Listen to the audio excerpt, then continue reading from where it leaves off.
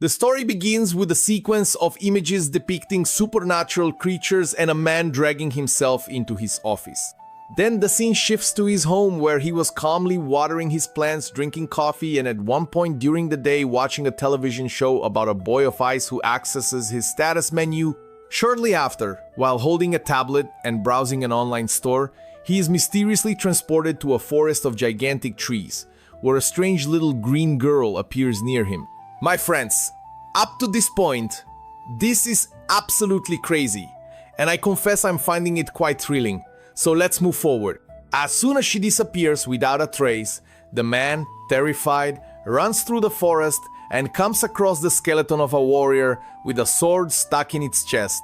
Imitating the boy from the television named Kai, he repeats the action he saw and orders the status menu to open. At that moment, a menu appears displaying his information. Kenichi Hamada, 38 years old, along with Shangri-La and item box. Thinking he has ended up in a world similar to Kai's, Kenichi wonders where his HP, MP skills and magic are. Clicking on Shangri-La, he accesses the online store where he usually shops. Then he opens the item box, but since it's empty, he puts some grass inside to test it before discarding it, and enchanted, he comments that being in another world is simply amazing. To further enjoy his experience, he tries to buy food through the menu but realizes he doesn't have enough credit. He even tries to sell the grass he collected to see if he can exchange it for food, but of course, the item has no value, frustrating him once again. However, as he looks around, he notices a sword in the remains of a warrior and trades it for food. After eating, he also buys a shovel and buries the warrior out of respect, since the warrior indirectly saved Kenichi's skin. And now, with the money from the sword, he buys a bicycle, leather work boots, a sports towel, a compass, and a monocle. Riding the bicycle, he thinks he needs to find a settlement to earn some cash to survive. Later, we see our protagonist preparing a meal using a pot, a stove, and other utensils. Taking advantage of his prior knowledge, Kenichi uses the money he earned to buy items and resell them at a higher price. Up to that point, he was doing very well in this world and was enjoying his adventurous stay. But trouble was on the horizon, folks. While the protagonist was enjoying his meal, several suspicious-looking wolves appeared nearby. Panicking, Kenichi searches for something in the store to defend himself. The first thing he sees is a bow and arrow, but since he's never used that weapon before, he dismisses the idea. Then he finds some rockets for sale and decides to pretend it's New Year's to see if the dogs in this world get scared. However, although the wolves retreat a bit, they simply decide not to give up on turning our protagonist into barbecue and remain nearby. Not wanting to fall behind, Kenichi buys a slingshot and shoots at the wolves several times. This time the wolves finally flee, allowing Kenichi to escape as quickly as possible on his bicycle, venturing deeper into the forest by late afternoon. At dawn, we see that he's exhausted after such an intense escape, and getting up, he wonders if he has reached the edge of the forest. To check, he buys a ladder and upon climbing it, spots a city protected by walls. Well, now he believes he will be safe since he'll be able to earn money and protect himself. With that in mind, he buys black pepper and a leather bag to try his luck within the walls. On the way, Kenichi is almost run over by a young man driving a cart and is surprised to hear him speaking Japanese, indicating that communication with the locals is possible. The cart driver offers him a ride to Dahlia, assuming that's his destination. At this point, he introduces himself as Fuyu, a merchant. Inside the cart, there is a woman whom Fuyu introduces as a traveling bard and his companion. After Kenichi says his name, the merchant comments on the man's strange clothes and unusual name, asking about his intentions in Dahlia. Kenichi says he wants to do business, but Fuyu notices that he has no luggage, which leads him to suspect that Kenichi has an item box. The bard then conjures her bandolin and plays a song about the fine rain that brought the man and the wind and rain in his journey's wake, and that his journey will begin from there. Sometime later, when they arrive in Dahlia, Kenichi helps Fuyu unload some boxes. In gratitude for the ride, he gives the merchant some black pepper. Fuyu wonders why he wants to sell such a dangerous item since the spy syndicate known as Bacopa holds a monopoly in the region and this pepper falls under that. He says that if those guys see Kenichi selling this spice, he will certainly have trouble. However, since it's a personal gift, Fuyu insists on paying, as according to him, local merchants love to buy things cheaply but never accept anything for free. With that, he gives Kenichi some strange coins and leaves. Kenichi examines the coins in the item box and sees that they are 1 copper coin, 1 square silver coin, and another silver coin. Since the value of these coins is described, he calculates that he has 108,311 yen. Wow, the guy made a fortune with just a handful of pepper. In the late afternoon, he goes to a tavern where a girl greets him, claiming it's the best in Dahlia. Kenichi informs her that he has come to stay, so the girl charges 1 copper coin for lodging or a small square silver coin for 2 meals. Since he only wanted lodging, the visitor pays the copper coin, but when he needs to sign his name on the tavern's list, he remembers that he doesn't know how to write in the local language. The girl notices his strange clothes and asks if he's looking for an intermediary. Actually, Kenichi tells her that he intends to do business on his own, but she explains that the Merchants Guild won't register someone who doesn't know how to read, write, and calculate. The man corrects her, saying he knows how to do those things, but perhaps not according to the local culture. At this point, the receptionist asks him to imagine that she has 4 bags containing 12 rinkas each, and asks how many rinkas she has in total. It would be funny if he answered that he would only know the answer if he were using apples. However, he correctly answers 48, and the girl is impressed by the mathematical talent of the genius before her. Then she asks for his name to write on the paper and introduces herself as Azalea. Kenichi asks her to teach him the local language in exchange for some snacks from another country as a reward, and the woman doesn't hesitate and accepts the offer. After savoring the sweets he gave her, she is so delighted that she makes a point of mentioning that there's nothing like them in the kingdom of Kadan. Fulfilling her part of the deal, Azalea teaches the foreigner the native language of Kadan, and he discovers that it's not so different from Japanese, with the numbers using the same decimal system and the digits being treated the same way as Arabic numerals. While posing for a drawing and seeing how quickly the man learned to read and write, Azalea imagines that he will soon become a great merchant and considers becoming his lover. Wow, folks, look at these ideas. However, Kenichi thinks she should avoid an old man like him, especially since he's old enough to be her father. But from the look in the girl's eyes, I don't think she thought of it that way. Sometime later, Kenichi finishes the drawing, leaving Azalea enchanted, feeling like a noble woman for having been portrayed. She then hugs the man affectionately, emphasizing that he gave her sweets and made her portrait, and with that, she takes him somewhere and turns off the lights in the room. I don't need to say anything else. The next morning, Kenichi, probably feeling very much at peace, goes to the guild to register, and the receptionist asks him to fill out a form. Noticing that the papers were handwritten, Kenichi deduces that they haven't discovered printing yet. After filling out the paperwork, he is informed that the registration fee is a whopping 50,000 yen, and our protagonist laments the absurd amount, wondering if he could pay in installments. The guild lady says that's possible, and then she hands the foreigner a guild identification card. She mentions that he must keep this identification visible when doing business, which is why Fuyu also carried one. After leaving the guild, he walks through the Dahlia market and observes that 2 slightly brown sheets of paper cost 1 copper coin, a simple dish costs 1 small square silver coin, and a low-quality knife costs 1 silver coin, which he considers expensive. Suddenly, a girl approaches Kenichi and offers 10 tricolored fruits for 1 copper coin. Wanting to try different types, he takes several and puts them in a bag. Although he has no idea what kind of fruits they are, to find out, he stores the foods where their names are written. The fruits are called Rinyo, Rinzu, and Rinka, the latter being the one Kenichi gave to Azalea when he returned to the tavern, in honor of the 4-basket calculation from earlier. The girl was extremely happy with the gift, as she loved that food. When Kenichi returned to his room, he spent some time analyzing his identification before falling asleep. At dawn, he surprised Azalea by demonstrating his carpentry skills, setting up a sales booth by himself.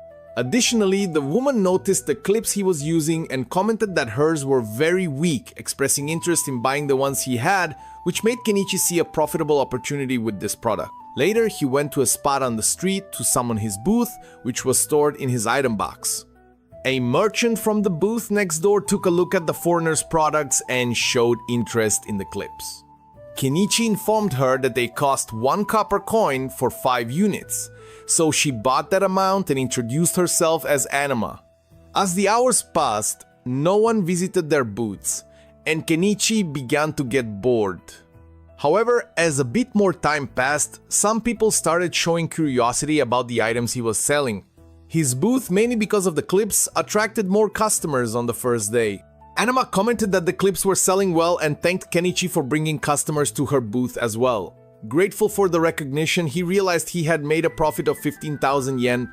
Perhaps it would be possible to live just by selling these clips, but it was likely that imitators offering similar products would soon appear.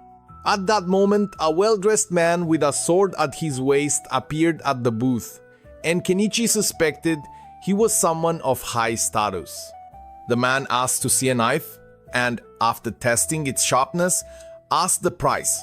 Kenichi replied that it cost 2 silver coins. The buyer thought it was expensive, but having never seen such a perfect blade, he understood the value. Then, he asked if the seller had something larger than the knife. Since Kenichi didn't, he checked the menu of his store while reflecting that finding something larger would be difficult. Still, he ended up finding a hunting sword and offered it to the interested party, who was impressed by its beauty. However, upon learning that it cost 1 gold coin, he internally struggled with his desire to acquire it as he considered the price too high. Kenichi wondered if he had charged too much, but he knew he needed to get the most out of those who could pay. In the midst of this, a catwoman approached the booth, sniffed the surroundings, and suddenly licked Kenichi's nose. Then she was hit by 3 beastmen who were discreetly following her. Kenichi was surprised as he had never seen humanoid creatures like those before. Meanwhile, one of the men tore off the tarp that served as the booth's roof and expressed interest in buying it. Kenichi agreed to sell, but when calculating the price for the 3 tarps the buyer wanted, he ended up confusing them, who were probably humans, and they suspected he was trying to cheat them. However, the swordsman assured them that the seller was correct, and embarrassed by their own distrust, the beastmen left with the tarps. And after that, the swordsman decided to buy the sword. After a long day of work, Kenichi paid for 5 nights of lodging. The scene then shifts, and we see a mansion where the maid Margaret showed her lady, named Primula, the clips she had bought. Impressed by the quality of the items, Primula decided to sell them in her store as well. After all, the motto of the Malo Mercantile Company was never to waste an opportunity. Returning to Kenichi, he decided to take a bath before nightfall and thought he wanted to take a hot bath. At that point, he thought about buying a barrel for bathing, filling it with river water, and heating it with fire, but he realized that if he wanted that kind of comfort, he would need to earn more money. Additionally, he wondered how that Shangri-La worked, since the products simply appeared out of nowhere for him.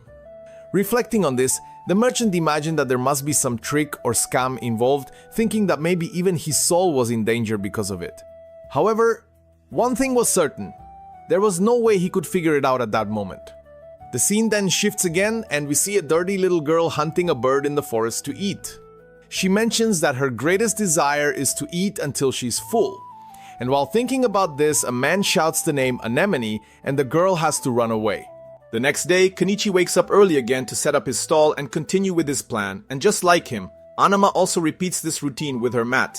While our protagonist organizes the necklaces in his show, he reflects that they may not be made of quartz or diamond, but zirconia and polished glass should still be quite valuable in this world, and he thinks it would be great if he could attract a woman's attention with them. Meanwhile, Anama approaches and, upon seeing the neatly arranged accessories, comments that the shopkeeper always has good items in stock and wonders who the supplier is, but Kenichi smiles and replies that it's a trade secret. At that moment, Margaret, the same maid from yesterday, approaches Kenichi in search of 100 clothespins, which impresses the seller. Calculating the money he will earn, he enthusiastically separates the items, while Margaret glances at one of the necklaces on display. She asks if it's made of diamond, and Kenichi informs her that it's made of polished glass. He thinks to himself that it's actually zirconia, but the seller prefers not to mention that. He says the item costs 6 small silver coins, and the woman is surprised by the low price and asks him to reserve the necklace for her. While dismantling the stall to leave, Kenichi is approached by the beast folk from yesterday, and from the look on their faces, it seems like trouble is brewing. Miley sneaks up and catches the scent of spices on the merchant, and upon hearing this, the burly figures beg Kenichi to sell them some spices, although the human has no idea what they're talking about. Anama intervenes and asks the creatures to stop making absurd demands of the market newcomer, as it would be terrible if he ended up on the radar of Bacopa, the spice syndicate.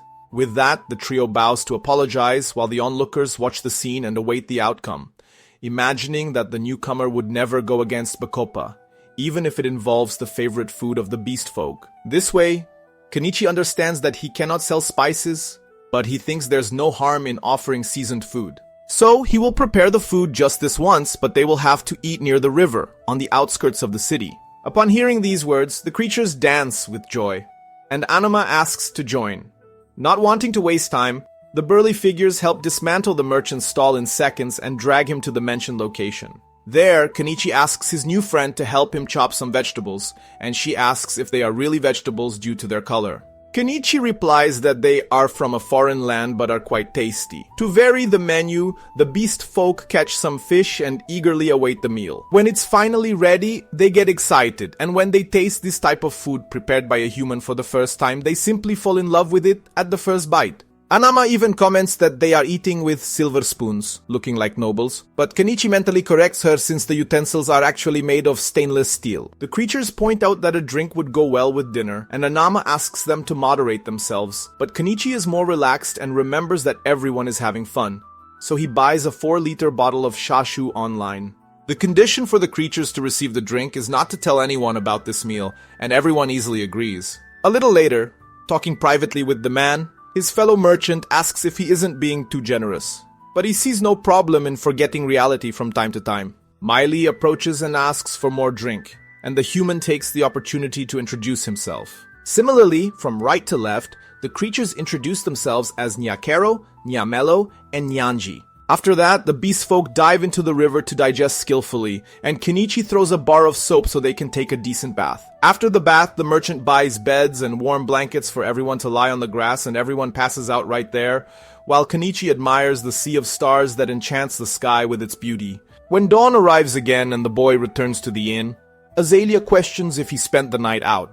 Not that she cares, since he paid for the room. Seeing no problem with the intrusion, he says he took a walk with the beast folk near the river, but Azalea replies that he could have stayed with her instead of some beast woman. Kenichi argues that it wasn't just women there, so Azalea hits his clothes and releases a few silky, shiny strands of hair from a beast woman. Later, while starting to set up his stall, the man wonders if Azalea has started to hate him because of this, but the truth is that he prefers not to dwell on it, as the peaceful life he so desires depends much more on his tranquil solitude than on someone who makes things complicated. In the midst of this, Margaret brings her mistress to the foreigner's shop, and then Primula approaches and enchants Kenichi with her extraordinary beauty, likely challenging all the words he had previously thought to himself. After controlling his feelings, he asks if the customer has come to buy the item he reserved for her, and Margaret makes the payment before receiving the necklace and passing it to her mistress. After hearing that the item is made of glass, Primula looks closer and asks if the seller is sure it's not real diamond. Kenichi confirms that it's polished glass, but even so, the woman wishes to see other necklaces, if they are available. Immediately, the shop owner shows more similar items, and Primula is impressed to see that he uses an item box to store them. Seeing everything there, she formally introduces herself to the shopkeeper and asks him to meet her father, the owner of the Mallow Trading Company. Anima mentions that the Mallows are major merchants in Dahlia, and that the company's boss is a kind and beloved man. Listening attentively, Kenichi sees this as his chance to establish contact with a large company. Shortly after accepting the proposal, they go by carriage to Primula's house to finalize the details, where our protagonist comments that he has never traveled in such a luxurious carriage before, and Primula laughs and replies that nobles have even more extravagant carriages. Then she mentions that she hired a craftsman to try to replicate the clothespins Kenichi sells, but the professional ended up failing, as according to him, the metal of the pin may seem simple, but it requires advanced technology to be manufactured. With that, they arrive at a mansion that leaves the man in awe, although Primula insists that it's small compared to a noble's house. Inside, Mallow introduces himself and praises the visitor's manners for doing the same. Kenichi presents the items that captivated the man's daughter, and the company owner himself seems to have fallen in love with them. Primula whispers something in her father's ear, and then he asks Kenichi if he really has an item box. The young seller confirms that he does, although it's small, and the older man mentions that he also has one, and that he used this box to make his company what it is today. In turn, Kenichi shares that he only uses it to store crops, which provokes laughter during the conversation. Speaking of which, the visitor asks why he is there, and Mallow offers Kenichi a position as a supplier for the trading company. The visitor wonders if the magnate can find the right market for these items and sell them at an even greater profit, and Mallow assures him that he can. In that case, Kenichi asks if it wouldn't be easier for the businessman to buy from his shop and resell later. Mallow comments that Kenichi might not like that, and he indeed confesses that he wouldn't.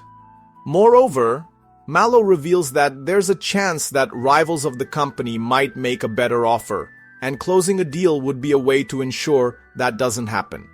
By the way, the businessman makes it clear that he couldn't stand to see any competitor signing an exclusive contract with Kenichi, as that would be the dumbest thing a merchant could do. Additionally, one of the secrets to the great profits of Mallow's trading company is, don't be fooled by the profit in front of you, as you might miss an even better business opportunity. With that said, Mallow offers to split the profits 50-50, and Kenichi accepts the offer. After signing the exclusive contract, Kenichi earned over 500,000 yen with the first products he supplied. Enchanted by the brooch, Primula herself offered 10 gold coins for it, which is equivalent to 2 million yen. Therefore, because of deals like this, Kenichi's balance in Shangri-La had already surpassed 8 digits, so he decided to buy a house. After all, now that he had money, the middle-aged man could start the peaceful life he always wanted. Always keeping this in mind, he crosses the outskirts of the city until he reaches the more remote and forested areas. At one point in the forest, he decides that he will settle there. However, when he returns to the inn and finds Azalea in his room, she warns him that the area is very dangerous. Kenichi acknowledges this and argues that he won't live too far from the city walls, but the girl insists that his desire is strange. In the following days, despite his friend's warnings, the man cuts the grass on the land where he will build his house using a modern lawnmower, also bought from the Shangri-La store, of course. The problem is that it runs on fuel, which is a challenge since there is no fuel around and it's not available in the store. To solve this, the merchant bought mixed gasoline for 2-stroke engines, which is quite expensive after all. There aren't many options besides this, as they don't sell fuel there. Eventually, he builds a road leading to his land, and after that, he cuts down some trees with a chainsaw and an axe. However, after completing this task, he tries to store the huge logs in his item box, but it's not possible due to their size. To solve this, he takes the electric saw and cuts the logs into smaller pieces to finally store them all. Once done, he discovers that the wood only fits if it's no longer than 10 meters. After that, seeing that night is approaching, the man decides to leave the rest of the work for the next day. When the sun rises again, our protagonist resumes the work of building his house. Along with the shovel, he digs around the extensive root of a tree to remove it from the land where the house will be. However, considering that there are still many more to dig, and he's already exhausted just with the first one, he gives up and buys an excavator. The problem is that he soon realizes that he impulsively spent 1.2 million yen. To make matters worse, this vehicle runs on diesel, which is also not sold in this world or in Shangri-La. To not waste the investment, the man buys kerosene for camping equipment. But, before impulsively pouring it into the excavator, he decides to test it in a diesel generator to avoid damaging the vehicle. In the end, After all this work, he manages to start the generator and celebrates his success. When night falls, Kenichi takes a bath in the nearby river, although he knows he needs to do something about the insects before they attack him. At that moment, the man remembers that Azalea recommended an insect-repellent stone sold at the tool shop near the market.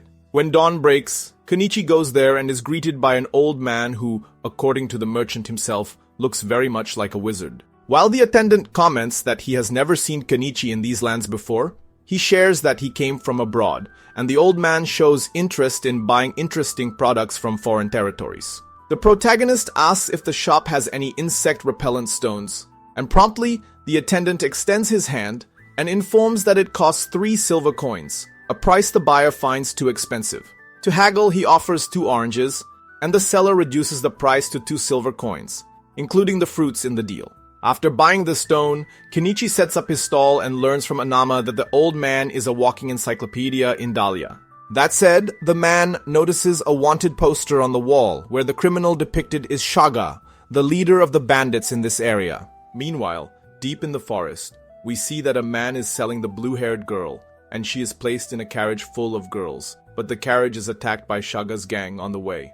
Returning to the protagonist, he is having fun with his new diesel-powered toy, pulling out all the roots from the middle of his land, as despite the great effort, all of this is for his dream of a peaceful life in this world, although his bank balance after buying the excavator has melted away. The next day, the merchant goes to Lord Mallow to show the sugar he wants to sell. Kenichi had high expectations for this product, but judging by the man's reaction when tasting the food, it seems he didn't like it much. Mallow states that salt and sugar are indeed precious, but the kingdom holds exclusive rights to them, so he cannot buy from Kenichi. This frustrates the merchant, as he thought it would yield a good profit, but he had another ace up his sleeve, jewels that could be worth a good amount. After the meeting, Primula walks through the city and sees merchants passing through Dahlia, but she knows that the professional who stood out the most is someone she knows, Kenichi Hamada, with his incredible products never seen before in those parts. Upon returning home, Kenichi realizes he earned 15 gold coins from his dealings with the Mallow company, and with that, he can buy the long-dreamed-of wooden stall, which cost an impressive 1.7 million yen. However, as soon as he buys the product at the store, the house is literally thrown to the ground, completely disassembled. He reads the description of this blessed adult-sized Lego and discovers that he will need to assemble it himself, which is why it was so cheap. Not knowing what to do with all that wood, Kenichi sits on top of the pile and laments the work ahead. However, as the saying goes, he who has a friend has everything. And lo and behold, the beastmen he had met went hunting and found our protagonist there. As a way to repay the meal he had prepared for them that day, they helped Kenichi build his house. Meanwhile, the human kept his stall at the market and several weeks passed with his friends helping with the construction. He tells us that it took a little less than a month for the wooden cabin to be completed. After all that work, Kenichi lies down on his new bed to relax, but he is far from finishing everything he has planned for the place where he will live. In fact, he needs to set up electricity, as well as paint the walls and ceiling.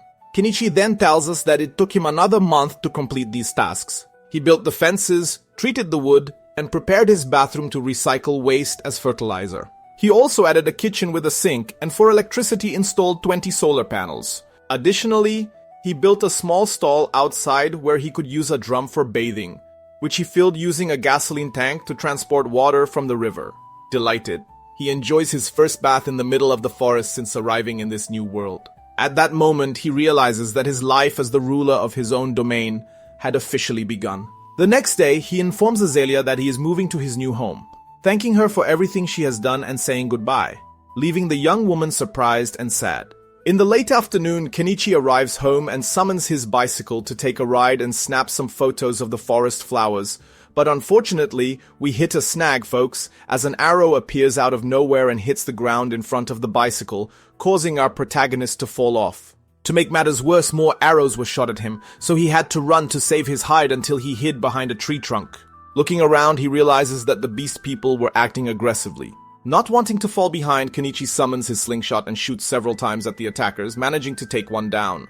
He then sets off some fireworks to scare the beast people while summoning his tractor to end the chaos. And seeing that huge contraption approaching, the enemies finally flee. After getting rid of the danger, Kenichi tries to understand the motivation behind the attack, but his thoughts are interrupted when he hears the groan of an injured feline in the forest. Quickly, the man goes to the animal and sees it with an arrow stuck in its thigh. Since the animal showed hostility when he approached, Kenichi buys items to protect his arm and neck from a possible bite and removes the arrow from the feline's thigh, which is already too weak to react. He then cleans the wound with saline solution and uses alcohol and ointment to disinfect it, along with some painkillers. After doing this, the man fears the animal might not survive, so he decides to take it home in a wheelbarrow he bought exclusively for this purpose. Since there are probably no veterinarians in this world, Kenichi goes in search of some healing magic at a store, where the merchant says he was lucky to find the lynx,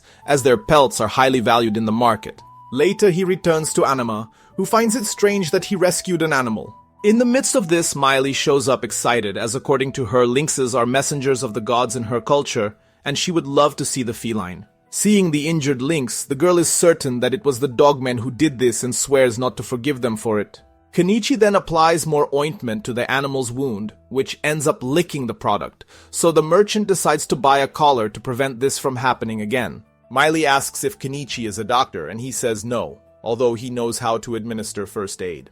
Happy with the care he showed for a sacred animal, the beast woman decides to thank him on behalf of the lynx by hunting some birds, which serve for the barbecue in the late afternoon. After eating, Miley lies down on the bed and announces that she will spend the night there. Kenichi asks about her job, but the girl says she is more concerned about the lynx. The human warns that there is only one bed, so Miley takes the opportunity to suggest they sleep together.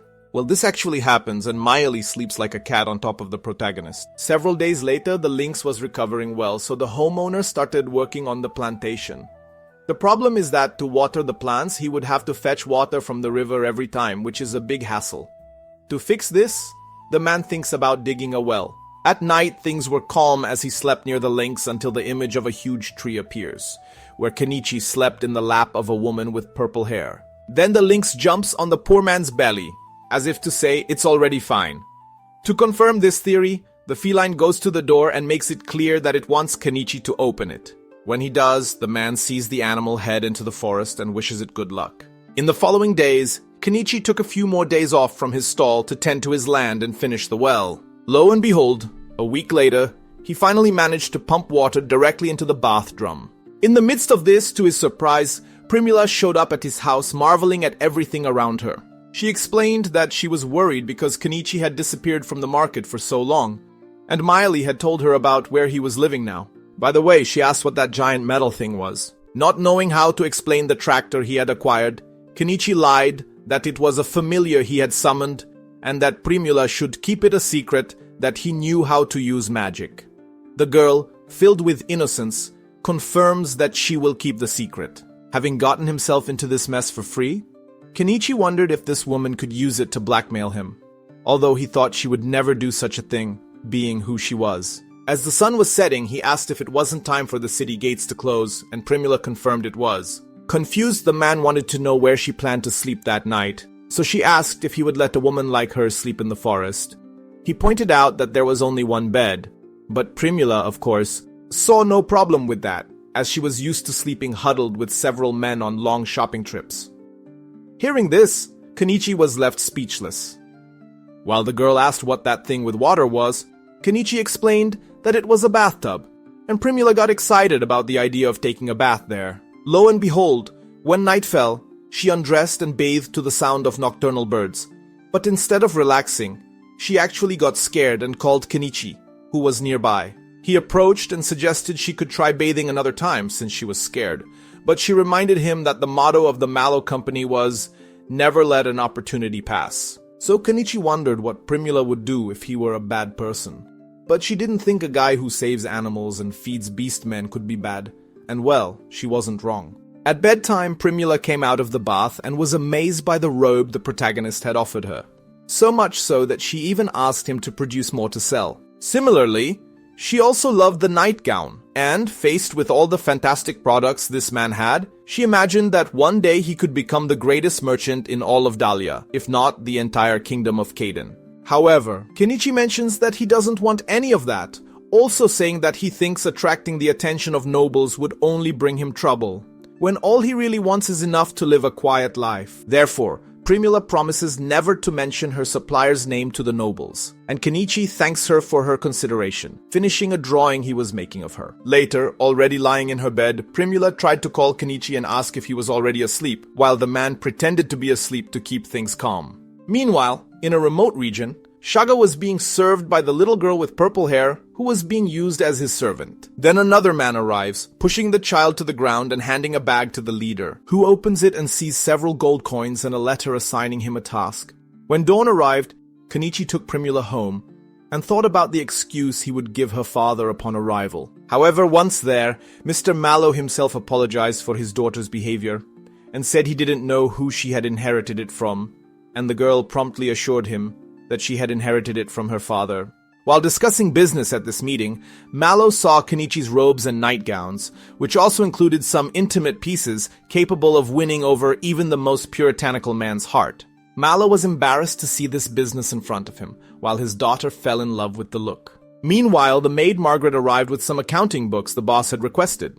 Kenichi commented that it was to be expected from a great merchant to have so many books, but Mallow mentioned that the accounting system had changed, so he was having to rewrite everything because the neighboring empire had invented a system known as double-entry bookkeeping. Hearing these words, an alarm went off in our protagonist Kenichi's head, as this was something that existed in his old world. According to Mallow, this new rule spread quickly thanks to its creator. Then Mallow also showed interest in the bathtub Primula had mentioned, and Kenichi took the opportunity to show a prototype of the product outside. Arriving there, Mallow presented a clay pump, another product that was spreading quickly through the empire. And our protagonist obviously knew very well where the inspiration came from, as it was too much of a coincidence that this was happening right after the start of double-entry bookkeeping. In other words, Kenichi concluded that there was someone from his world in the empire. After that day, Primula began visiting Kenichi more frequently, and one night she informed him that she would be away for a month, starting the next day. Kenichi asked if it wouldn't have been better for her to sleep at home, but Primula wanted to try out that lingerie the man had mentioned at the meeting. He asked if the girl was trying to win someone over, so she admitted that the man was right in front of her, Buddy, and couldn't understand how a young woman like her could be attracted to a man like him. But Primula thought he was amazing, and that's what really mattered. He then tries to dodge the question by asking if her father would approve of such a thing. And she mentions that he would, which left our protagonist confused and made him ask for some time to process the information, as something like this involved a lot of responsibility and was moving from 0 to 100 too quickly. So Primula asked if they could at least share the same bed, and the man agreed, but only to sleep. Later, while she was already asleep, he wondered what Primula saw in a guy like him. The next morning, the woman returned to the city, so Kenichi was left alone at home at least for a few seconds, because that armored warrior had just appeared at his fence. He introduced himself as Norsepaul, and said he was investigating rumors that a suspicious man had started living in the forest, so he had just discovered it was Kenichi. With that said, Norsepaul asked what the hell those devices were, and since he couldn't call them solar panels, Kenichi tried to explain that it was something related to magic, which meant that now another person had to keep the secret that he was, in fact, a mage. In this case, Norsepaul went a step further and asked for a small favor, and Kenichi understood that he had to give up 3 steel ingots to buy his silence. Happy to have material to forge a good sword, the warrior shares that a mage with unique magic had appeared in the empire, capable of producing a large amount of a yellowish sauce called mayonnaise.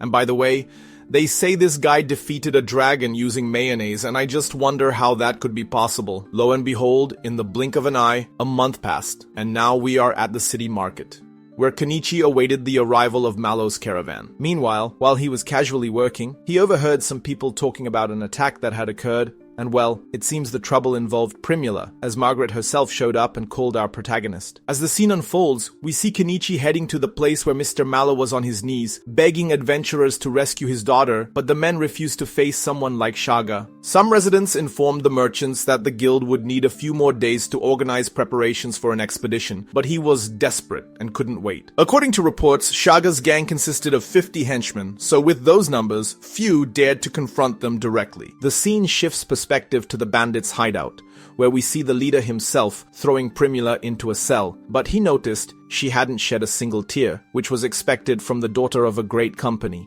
Shaga commented that Primula was so beautiful that it made men drool, and soon she would be assigned to a certain nobleman who had a direct interest in her. Back to Malo, he finally reached Kenichi with his plea, begging on his knees for his daughter to be saved. At that moment, the man remembered the moments he had spent with her and impulsively said he would help. As soon as he said this, Kenichi realized he should have thought better, as this was a real situation involving real danger, and he was just a nobody with no combat experience. However, he reasoned that if he did nothing, who knows what could happen to Primula. Besides, he now had Shangri-La, which would be a great help.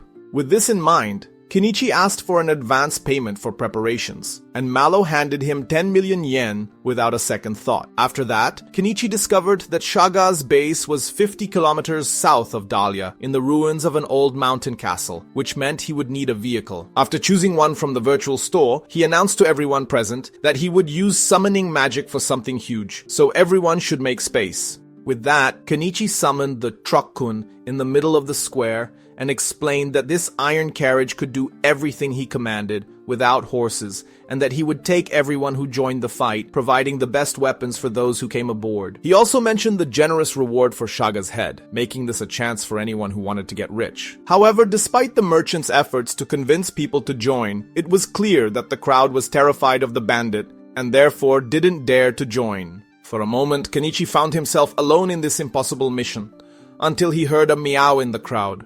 It was the lynx with a pigeon in its mouth, who climbed directly onto the truck, showing it was willing to accompany the man who had saved it a month ago. Along with it, another feline appeared to join the group, Mayali, accompanied by her inseparable partners who would also join him. After all, as I've told you before, my dear friends, he who has friends has everything. Shortly after their arrival, Miley received a state-of-the-art composite bow and admitted she never imagined seeing something so well made. The other members of the group also received modern blades, much lighter, practical, and durable than what they were used to.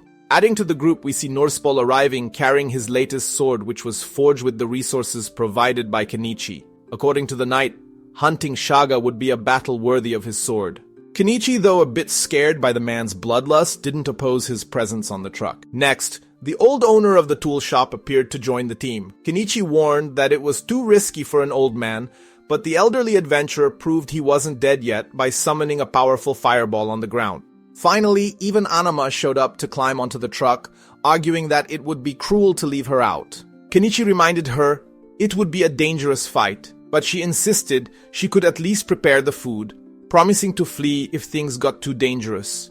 And with that statement, Kenichi pulled her into the vehicle. After that, he asked again who else would join the group to face Shaga, but as he repeated the announcement, the crowd left until no one remained. When Kenichi realized the group was formed, Malo asked to come along, but our protagonist said he should tend to his injuries first and save a big smile for when his daughter returned home safely.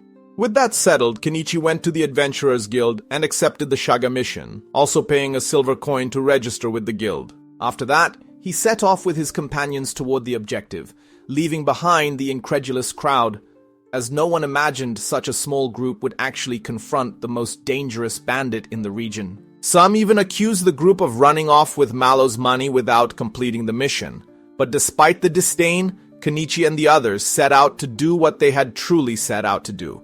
After all, as he said, there comes a time when a man must fight, even knowing he might lose. Actually, he thinks some old pirate said that, but Kenichi liked the phrase. Meanwhile, in another scene shift, Primula saw the door to her cell open, and a young girl with purple hair entered with bread to offer her. Seeing the girl's stomach growling, the woman let her eat the food, and though she initially insisted Primula keep the bread, the girl didn't resist much, as she was starving and quickly devoured the bread. Realizing the little one was also a prisoner, Primula said they would escape together as help would surely come.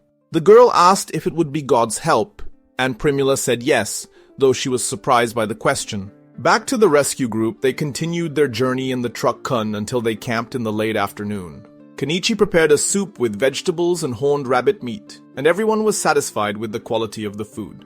However, the tribe members also seemed interested in the cat food Kenichi bought for the lynx, so the merchant made an exception and let them try it, and in the midst of it, even the old man joined in to taste the cat's food pouch. After the meal, Kenichi explained the strategy he wanted to use, and Norspal and the mage fully agreed.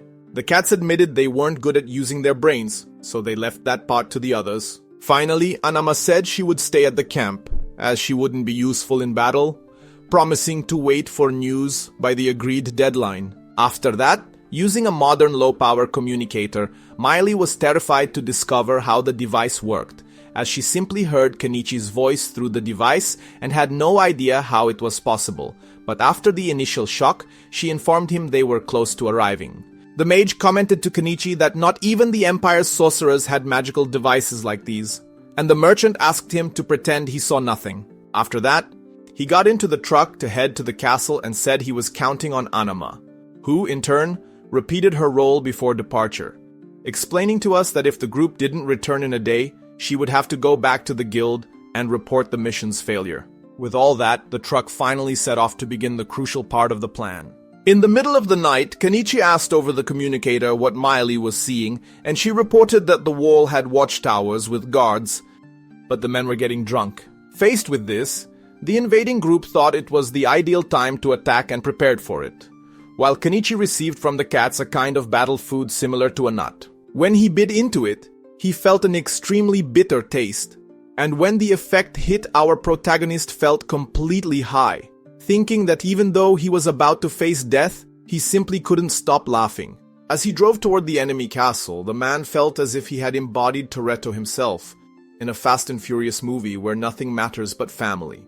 Meanwhile, in the castle, the men who could stop Kenichi continued drowning in their drinks around their bonfires. In the castle cells, a somber atmosphere dominated. Outside, Miley aimed her bow and remembered Kenichi's instructions. She would be the first to act to eliminate the guards. In the midst of this, the two gate guards noticed the glow of the truck's headlights approaching and thought it was some kind of monster until arrows struck them, knocking the men down instantly. After that, Miley returned to the truck and they headed to the main gate.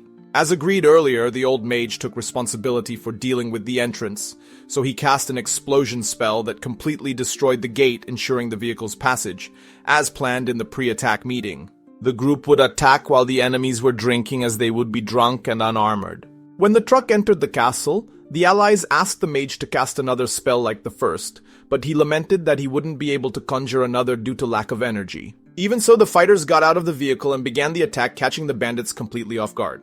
Although the cats and Norspal were truly formidable warriors, Kenichi, on the other hand, was completely lost. In the midst of the chaos, a bandit approached him from behind with a knife, but the lynx managed to knock the man down in time, allowing Miley to finish him with an arrow. At that moment, many men emerged from inside the ruins with all their fury, leaving the invaders apprehensive, except Kenichi, who was high from the effects of the dubious nut.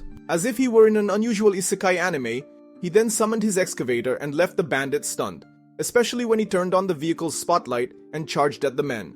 The cats then took advantage of this moment of hesitation to resume the attack, along with Norspal, who demonstrated great skill by easily defeating opponents with his new sword. In the midst of all this, Kenichi used his excavator mercilessly and knocked down the walls of the cell where Primula was. He then heard screams coming from the other side of the breach, and seeing that intense light coming from the hole, the purple-haired girl thought she was in the presence of God. Meanwhile, Kenichi didn't see Primula anywhere and grew even more worried. At that moment, Shaga appeared holding a woman as a hostage. Thinking they had come to rescue the noblewoman. To show he wasn't joking, the villain tore part of the woman's clothes and said that if he had known things would come to this, he would have had fun with her earlier. In the midst of this, without showing what he was doing, Kenichi asked Miley to notice where he was pointing the laser sight at Shaga, and even without looking, the cat moved her ears to sharpen her senses. Kenichi explained that he would blind the bandit with this light, so the archer would take him down with her bow. And as planned, Kenichi pointed the laser at Shaga's eye, causing him to release Primula. At the same moment, Miley shot the man, with the arrow hitting his shoulder, giving the hostage time to flee into Kenichi's arms. The bandit didn't give up and prepared to throw his sword, but a mysterious wind pushed him, leaving him face to face with Miley, who had her bow aimed at him once more. The cat promised she wouldn't miss this time, and kept her word by hitting the leader's forehead. Meanwhile, Primula kept running until she finally reached Kenichi and hugged him. And perhaps because of the nut's effect, the man felt an overwhelming urge to grab the girl right then and there. but he did everything to restrain his impulses. After the rescue, Nyanji ran back to the camp to inform Anama of the mission's success, and while that happened, Kenichi bought clothes for the women there and arranged for them to take a bath. Additionally, for the purple-haired girl, he gave Premiula scissors to cut the child's hair. Enchanted by the scissors, the woman forgot her condition and asked if she could sell these in her company. But in that slip, she realized her towel had fallen, and she ran off, embarrassed. After the bath and properly dressed, the younger girl introduced herself as Anemone and handed over a letter sent by the nobleman Shega had mentioned, who was responsible for the kidnapping. When the group returned to the camp, Anama cried with relief seeing everyone safe, as it had seemed all was lost. Noticing a child among them, she commented that her own daughter would be the same age, if she were still alive. Kenichi didn't know his friend had a daughter, and she explained that tragically, the girl had died during an epidemic. Shortly after, the freed women went to sleep peacefully after the chaos, while the group planned to return to Dahlia in the morning, remembering they still had the unpleasant task of dealing with the bandits' bodies. But due to exhaustion, Kenichi fell asleep next to Primula and Anemone, and the next day he takes the group back to the city in his truck con, and upon seeing his daughter step out of the vehicle, Mallow gets emotional and runs to hug her. Even though he is happy, he shows a keen sense for good things, as while hugging his daughter, he comments on the high quality of the shirt she is wearing, leading the two to enthusiastically agree that it could sell well in his store. Kenichi finds it strange that their emotional reunion turns into a business meeting, until Mallow personally thanks him for what he did. Meanwhile, the businessman asks if Kenichi has placed, let's say, the consequence of the mission in his item box, and Kenichi confirms, embarrassed, that he has, emphasizing that his item box has become a true war trench. The day before, while people were eating, Kenichi discovered that the heads of the defeated enemies should be placed separately in the item box as proof of his victory, identifying the wanted individuals. The cats make it clear that this is a common practice among adventurers, so Kenichi needs to get used to it, especially since the heads start to stink after a while, and one must be prepared to endure the stench. Upon hearing this, Kenichi realizes that this world is no joke, and speaking of jokes, his leisurely and peaceful life seems to be going down the drain with this unpleasant news. After that, he gathered all the weapons and armor taken from the bandits, as well as 100 gold coins from the hideout, rugs, drinks, jewels, and lots of junk, and everything obviously ended up in the citizen's item box. After collecting the items, the protagonist offers to take the freed prisoners back to their homeland, but none of them want that, as their families have been killed and they would have nowhere to stay. Because of this, Kenichi suggests that they go to Dahlia with him, as it is a city with many people where they could look for work and try to restart their lives. Primula adds that the Mallow Company could even help them, and this offer convinces the women. Kenichi asks where the village of Anemone is, and she replies that she was born in Urup, and unfortunately, Primula says it is quite far, about 800 kilometers away.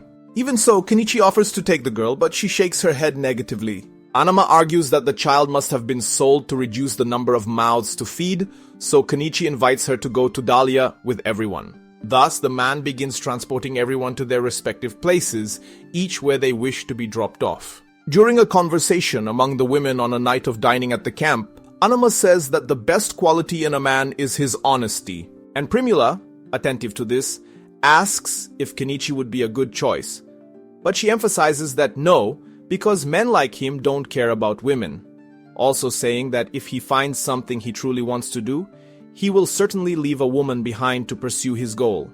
Kenichi hears this part of the conversation with a serious look but remains silent. Finally, the next day, the former prisoners who still had someone reunite with their families. Upon arriving in Dahlia, the guild receptionist panics upon seeing Shaga's head being displayed before her by the cats. Another employee approaches and asks how many heads the adventurers have, and Kenichi replies that there are 52, shocking everyone. Later, as the guild members begin examining the heads, Kenichi steps away to catch his breath, but the mage approaches and comments that the young man's magic is exceptional, as is his item box, which will certainly complicate his life if the nobles find out what he can do. About this, Kenichi asks that if possible he doesn't spill the beans, and if that happens everything will be fine, and if things get ugly, he will leave immediately. At that moment, Norsepaul arrives and announces that he is about to see the local lord. Count Asclepius. Kenichi asks if he will report that nobles were involved with Shaga, and the knight confirms. The inspection of the heads lasts until nightfall, and the total payment is a whopping 861 gold coins. After receiving a sheet with some reward for the service rendered, Anama returns it, feeling she did nothing to deserve it. In fact, she would like to take care of Anemone because of what happened to her son. And Kenichi understands the woman's need to have someone to care for, so he gives her that responsibility. As they leave the guild, Kenichi sees people celebrating in the streets the fact that Shaga has been killed, along with the troop responsible for the successful expedition, like the cats. Speaking of them, since Anama refused the reward, Kenichi divided it among the other 7 members of the group, so each received 123 gold coins. Kenichi goes to the lynx and gives it some food, saying he decided to spend the night in the city since the gates close at that hour. To enjoy the night, he goes to the Azalea Tavern, where a woman sings about someone who opened the gates of hell. Azalea is thrilled to reunite with her friend and asks if it's true that he defeated a band of bandits. Seeing that all the customers are watching the conversation, the man denies it was him and pretends the woman confused the person. Internally, Kenichi thinks that if he told Azalea it was him, she would empty his pockets before he could receive her. Meanwhile, the musician begins singing about a group of catmen led by the lynx, while the tavern owner reminds Kenichi of the promise he made that they would be lovers when he succeeded in business. And Kenichi is perplexed by the woman's intuition working at full throttle, as he never said anything about having earned any money, so he argues that he never made such a promise. In Tia's Faker, the woman shouts that she was just a fling for him, while the customers remind her that she is there to work, as one of them has an empty glass. Meanwhile, Kenichi joins in the fun and simply agrees that he is a no-good adult, heading up to his room and leaving her there. As he climbs the stairs to use his lodging room, the protagonist reflects that it is only a matter of time before the nobles find out about him. In the middle of the night, while Kenichi sleeps, a girl passes by the lynx without issue and walks down the hallway to the room. When Kenichi sees Azalea's face under his blanket, he complains that he is too tired for such things. But the woman just asks to press play as it's time for fun. However, they realize that someone has invaded the room, and we see that who arrived there is Anemone with the lynx. And well, the protagonist was saved by the bell, and who ended up sleeping with him was Anemone and the lynx. The next day, Kenichi thinks Anama might be worried about the child, so he goes to the market to look for her. But the woman is not there. The catmen are hungover and have no idea where the merchant might be, so Kenichi decides to take care of some tasks, like selling equipment taken from the bandits, which earns him 32 gold coins. He then sells Shaga's items to the Malo company for 35 coins, and later, after selling furniture and bows at the old man's tool shop, he earns another 22 gold coins. In total, this earns him 17,800,000 yen. Divided among the 7 members of the expedition team, each receives 12 coins. Kenichi decides to give a portion to Anama and the women who chose to stay in Dahlia. After dining with the catmen, Kenichi takes Anemone back to her home, along with the lynx, where Anama is extremely worried. Later, while having tea, the little girl confesses that she wants to stay with Kenichi. Unfortunately, Anama suggests that she could teach the girl how to run a business so she wouldn't feel alone, as they would live together. But the little girl insists that she wants to live with the man. In the late afternoon, Anama departs in a carriage to the city, and Kenichi has serious doubts about whether this will work out. On the way back home, he asks Anemone why she wants to live with him, and she replies that it's because he feeds her until she is satisfied, something she had mentioned at the end of the first episode. Accepting this, Kenichi serves dinner and enchants the girl with a delicious meal, making him happy to see her appreciate his food. Later, Kenichi is about to take a bath, and the little girl insists that she wants to bathe too, while at bedtime, the child wants to sleep next to him. Kenichi then realizes that suddenly he now has an adoptive daughter, but even though things are going from 0 to 100 very quickly, he decides to just go with the flow. But folks, red flag for trouble, as while father and daughter sleep, a group of hooded figures approaches the backyard of the house. In the next scene, Kenichi has a brief nightmare about his exhausting office days and his past life, waking up gasping in his bed. 15 days later, the knight Norspal is awarded the title of Baron for defeating Shaga, taking over a small territory and starting to recruit people to live there, as well as looking for a wife. Meanwhile, some townspeople have their noble titles revoked for having hired Shaga to kidnap Primula. Ironically, while walking through the city, Anemone sees a dressina being used by a resident, and Kenichi remembers how the Mallows laughed at him when he first presented the project. But the clever ones ended up using the idea.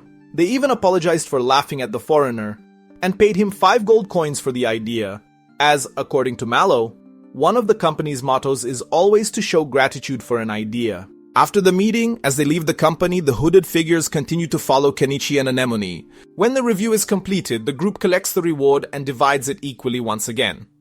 Kenichi returns the money he borrowed from Mallow to prepare for the mission, and then distributes a portion among the women he rescued. As for Anama, she accepts at least 1 gold coin, and even gives a fruit as a gift to Anemone. Wherever he goes, Kenichi feels he is being followed, and this becomes even more evident when he notices a hooded man right behind him. Realizing this, he grabs Anemone by the arm and runs, but the hooded figures manage to corner them. The guys have completely lost their shame and are attacking in public, damn it. And with no safe place to go, Kenichi risks an alley and throws wooden boxes along the way to try to buy time. However, at a certain point in the journey, a carriage blocks the alley's exit, leaving him with no way out, so he surrenders. The hooded figures open the carriage door and inform him that their employer wants to have a chat with the merchant. But before entering the vehicle, Kenichi summons some small bombs from his inventory and throws them around, even inside the carriage. Amid the chaos, he manages to create distance and aims his crossbow at the pursuers, who flee in panic. At that moment, Mallow arrives by carriage and asks what happened. Kenichi enters with his adoptive daughter and explains that the whole situation must be the work of some noble, and Mallow believes it was the anti-monarchist faction, suggesting that Kenichi visit Lord Asclepius. But he is still not comfortable with this situation and thinks only that, well, it's time to hit the road. At night, as the foreign merchant heads home, Mallow talks to his daughter about the great debt they owed Kenichi, as they were honored by the city lord for having invented the dressina, even gaining an honorary surname for this achievement. For example, Primula is now called Primula ne Dressina.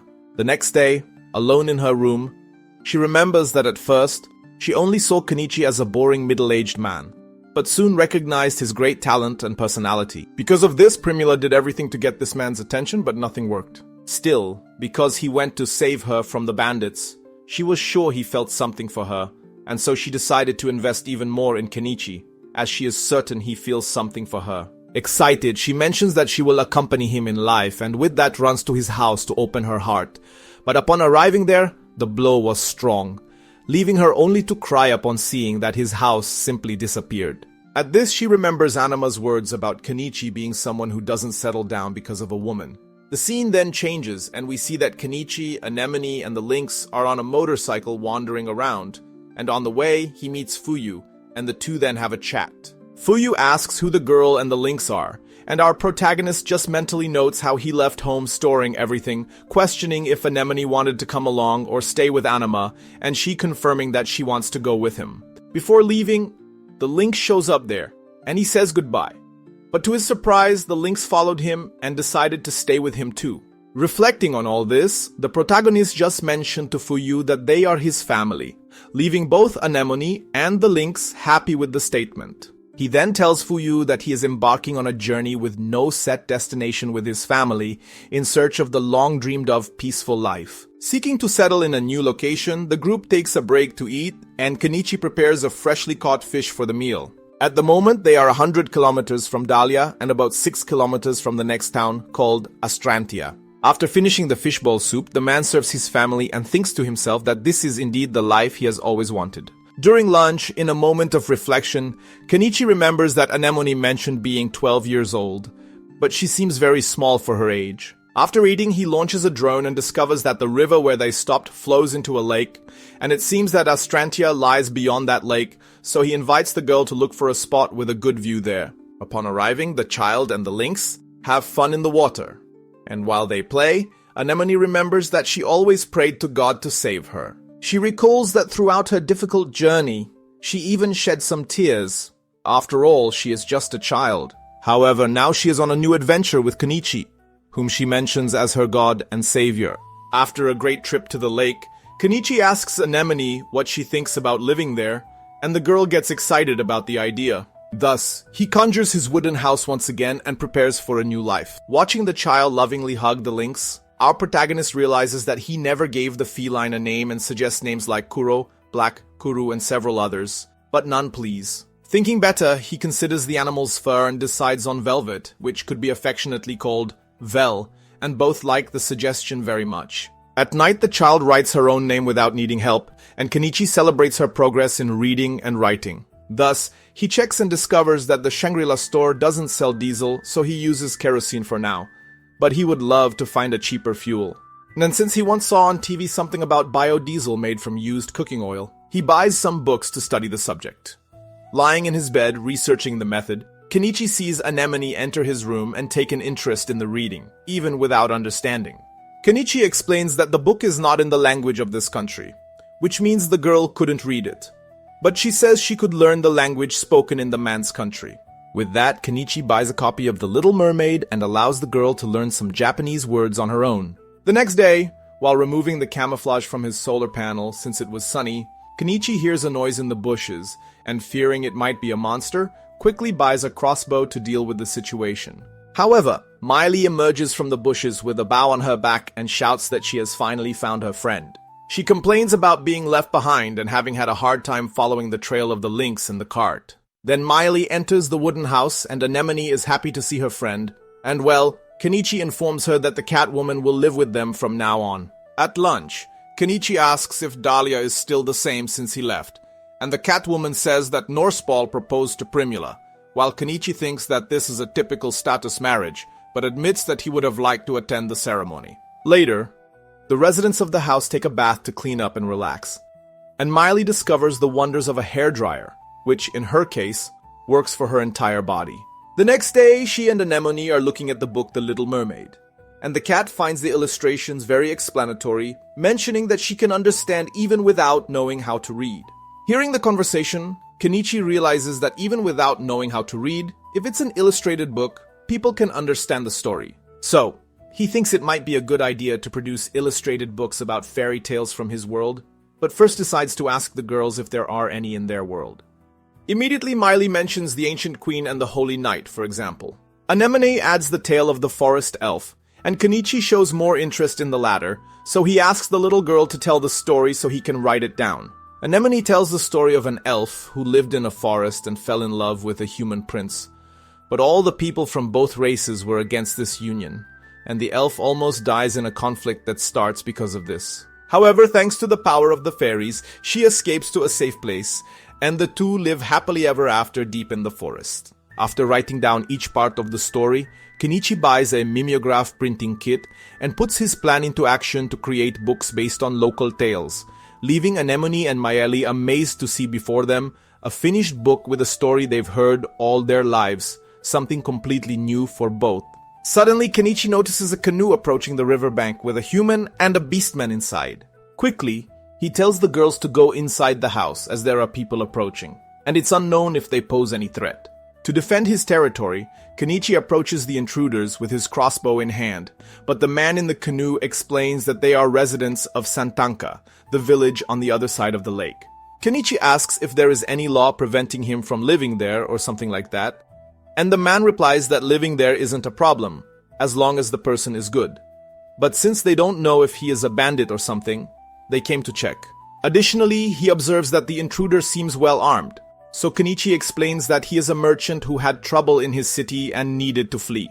At that moment, Velvet comes to caress his owner, and the Beastman is surprised to see such a large lynx so comfortable with a human, which means it's impossible for him to be a bad person. Thus, the human in the canoe trusts his companion's word, and introduces himself as Crouton, while the Beastman is called Nyanyas. Then, Kenichi takes the two to the backyard of his house, where Crouton says that since he has worked for the kingdom of Astrantia, he ends up taking care of these matters. Nyanyas sees the girls inside the house and comments to his partner that there don't seem to be any problems around here, so the human agrees and apologizes for the inconvenience. Putting that aside, he sees the books produced by Kenichi and asks if they are for sale. Later, during a meal, Miley asks if the homeowner has already sold his books, and he replies that Crouton has a daughter Anemone's age. After the meal, while Anemone stays home reading, Kenichi goes into the forest and stores medicinal plants in his inventory. Miley arrives and hugs the man from behind, whispering that Anemone isn't around. The human asks if she's in heat or something for acting this way, but she replies that it's not about that. And well, the scene changes, and in the following days, Kenichi builds an external shed and begins synthesizing biodiesel inside. Wearing his hazardous materials protective suit, he feels so hot that he occasionally needs to throw everything off and jump into the lake to cool down. It was dangerous work involving a deadly toxin. But if successful, Kenichi could create a much cheaper fuel. On one hand, expectations were high, and he was very focused on this, but on the other hand, there's a side effect. Anemone is feeling a bit neglected and bored. Kenichi then decides to break the ice and approaches the child, inviting her to make a new illustrated book. Without a response, he mentions that he is thinking of going to Astrantia and invites her. At that moment, Miley appears and accepts the invitation even though she wasn't invited. So Anemone decides to join. Since Miley has been to this city many times, she would be responsible for showing the way, while Kenichi and Anemone ride the motorcycle. Since they couldn't take the direct road, they had to make a 10-kilometer detour. Upon arriving, Kenichi goes to the local adventurers guild and informs them that he wants to register with the guild. The woman asks for identification, so he shows the item that proves he is registered with the merchants guild and the adventurers guild in Dahlia. Miley, also wanting to register there, says she is only registered with the Adventurers Guild in Dahlia. After evaluating the man's identification, the receptionist apologizes upon discovering that she is speaking to Kenichi, the one who defeated the feared Shaga, but he asks the woman not to speak loudly to maintain his privacy. In the middle of this, Anemone shouts that Kenichi is the strongest god there is, leaving the man even more embarrassed. In any case, the receptionist says that the cost to register with the guild is 1 silver coin. After registering, the group goes to Astrantia street market to grab a bite, and Kenichi reflects that in this world, it's common to just boil vegetables and meats and put them in soup without a base broth, so he understands why Anemone and Miley are making such faces. As he realizes that after eating seasoned food, it's hard to go back to this type of meal. Knowing this, he buys a bonito fish broth for the two to remind them what real food tastes like. In the middle of this, he notices 2 suspicious men looking for someone while Crouton enters a dark alley with his daughter. Putting that aside for a moment, he continues his stroll through the market with the girls until they find a tool shop called Snowflake. Miley mentions that it belongs to an old mage, and sensing the smell of treasures, the man decides to enter. Inside, the mage is at the counter and welcomes the customers while commenting that she has never seen him around before. Realizing this, he almost calls her the same again when asking about a tool but corrects himself before repeating the mistake. Then the shopkeeper demonstrates the tool's function by pouring water into one container and wine into another. After a reaction from the tool, the 2 liquids are poured separately into 2 mugs. Kenichi tastes the wine and notices that the alcohol content has strangely increased. After a more detailed inspection, he asks if the tool separates certain substances from what is placed on the front plate. The mage replies that it is a magical item that extracts the liquid placed on the front plate and discards the rest through the bottom. At that moment, Kenichi realizes that he can produce biodiesel without chemicals if he uses this device, so he buys the item for 5 gold coins. Then Anemone appears with a grimoire in her hand, and Kenichi gets excited, asking if it allows one to use magic by reading. Surprised by the man's behavior, the lady explains that this won't be possible for someone without magical power. But Kenichi is willing to take the risk and buys the book for 10 gold coins. He was eager to take it home, but the mage explains that grimoires need to be registered first, so the buyer must return in a week. As they leave the store, they encounter Nyanyas on the way, but the beast is in a hurry and runs off with a bag on his back. With that, Kenichi becomes worried and feels that he should go home as quickly as possible.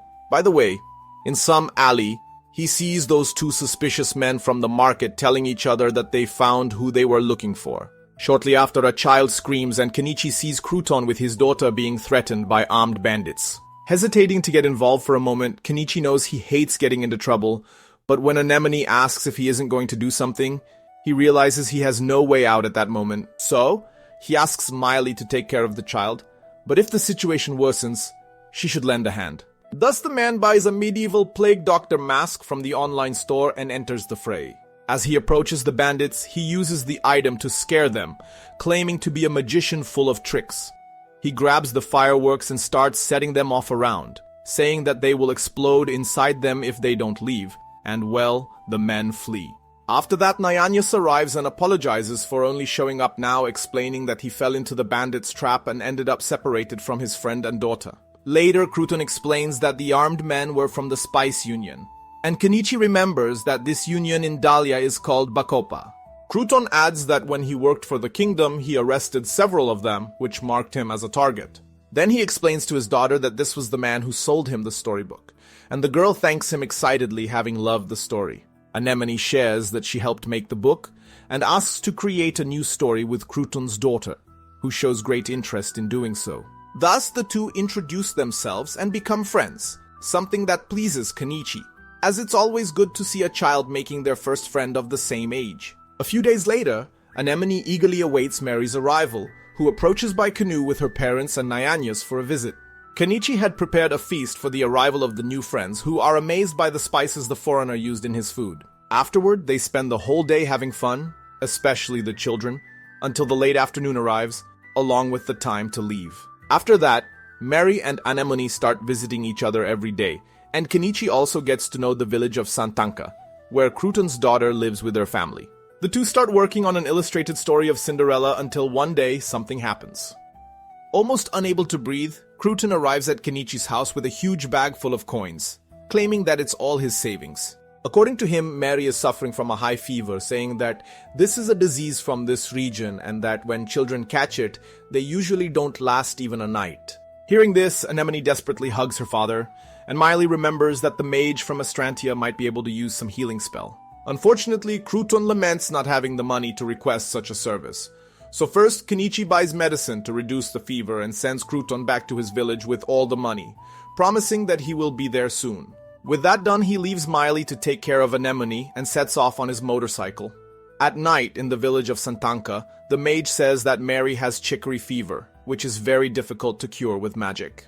According to her, a white flower called chicory blooms deep in the forest, at the spring that is the source of the river that passes through the village, and this fever can only be treated with its seeds. Thus, Kenichi, Crouton, and Nyanyas decide to set out in search of the cure, agreeing to return by the next morning at the latest. However, as soon as the men leave, we see that those wretched bandits from the city have found Crouton's house and are lurking around. The group then heads to the destination indicated by the healer in search of a cure for the disease contracted by Mary. Sometime later, they find the spring. Kenichi parks his motorcycle while Nyanyas hears someone approaching. Quickly, Kenichi pulls out his crossbow and aims in the direction of the noise, but it was just our brother Velvet emerging from the bushes. Feeling relieved, the feline's owner pets him for a moment, and then buys an inflatable boat to cross the river. At a certain point during the crossing, he finds the plant mentioned by the healer and pulls one out of the water to give to Crouton, who is immensely grateful for the chance to save his daughter. However, things obviously don't go as planned, as they end up being surrounded by a pack of wolves, and Kenichi believes these beasts are seeking revenge. Our protagonist obviously won't back down, so he summons two swords to give to his companions. He then says he will distract the wolves while Crouton must return immediately to Mary. Both the man and Nyanyas are outraged at the idea of leaving their partner behind, but as Kenichi lights his fireworks, the merchant insists it's the best thing to do. After all, Mary is in a race against time. With no chance to argue, Kenichi immediately throws the fireworks at the wolves to drive them away, and Nyanyas puts Crouton on his back and runs back to the village. The problem is that some wolves chase them and surround them, making Kenichi think that Crouton is the target for some reason. Meanwhile, the henchmen who were after Crouton hide in the forest and swear to make the man pay for what he did, while a dogman seems to control the wolves with a flute. In the midst of the conflict, Nyanyas and his partner are violently attacked but defend themselves with the swords, frustrating the bandits who expected an easy victory. To make matters worse for them, Velvet charges and knocks down the two men, then climbs the tree where the dogman is and takes his flute. The episode isn't even over yet, and it's already clear that our dear Velvet is the MVP of the game. Due to the change in the wolves' behavior, Kenichi realizes that the dog controlled the pack with his instrument, so he orders Nyanyas to take Crouton away as quickly as possible. The dogman manages to free himself from Velvet and regains control of the wolves, but Kenichi believes a catman running at full speed will leave the wolves behind. However, for some reason, the black wolves stop obeying the bandits' commands. At that moment, footsteps so heavy that shook the ground across the territory could be heard as a colossal monster approaches, causing the wolves to soil their fur in fear and run away.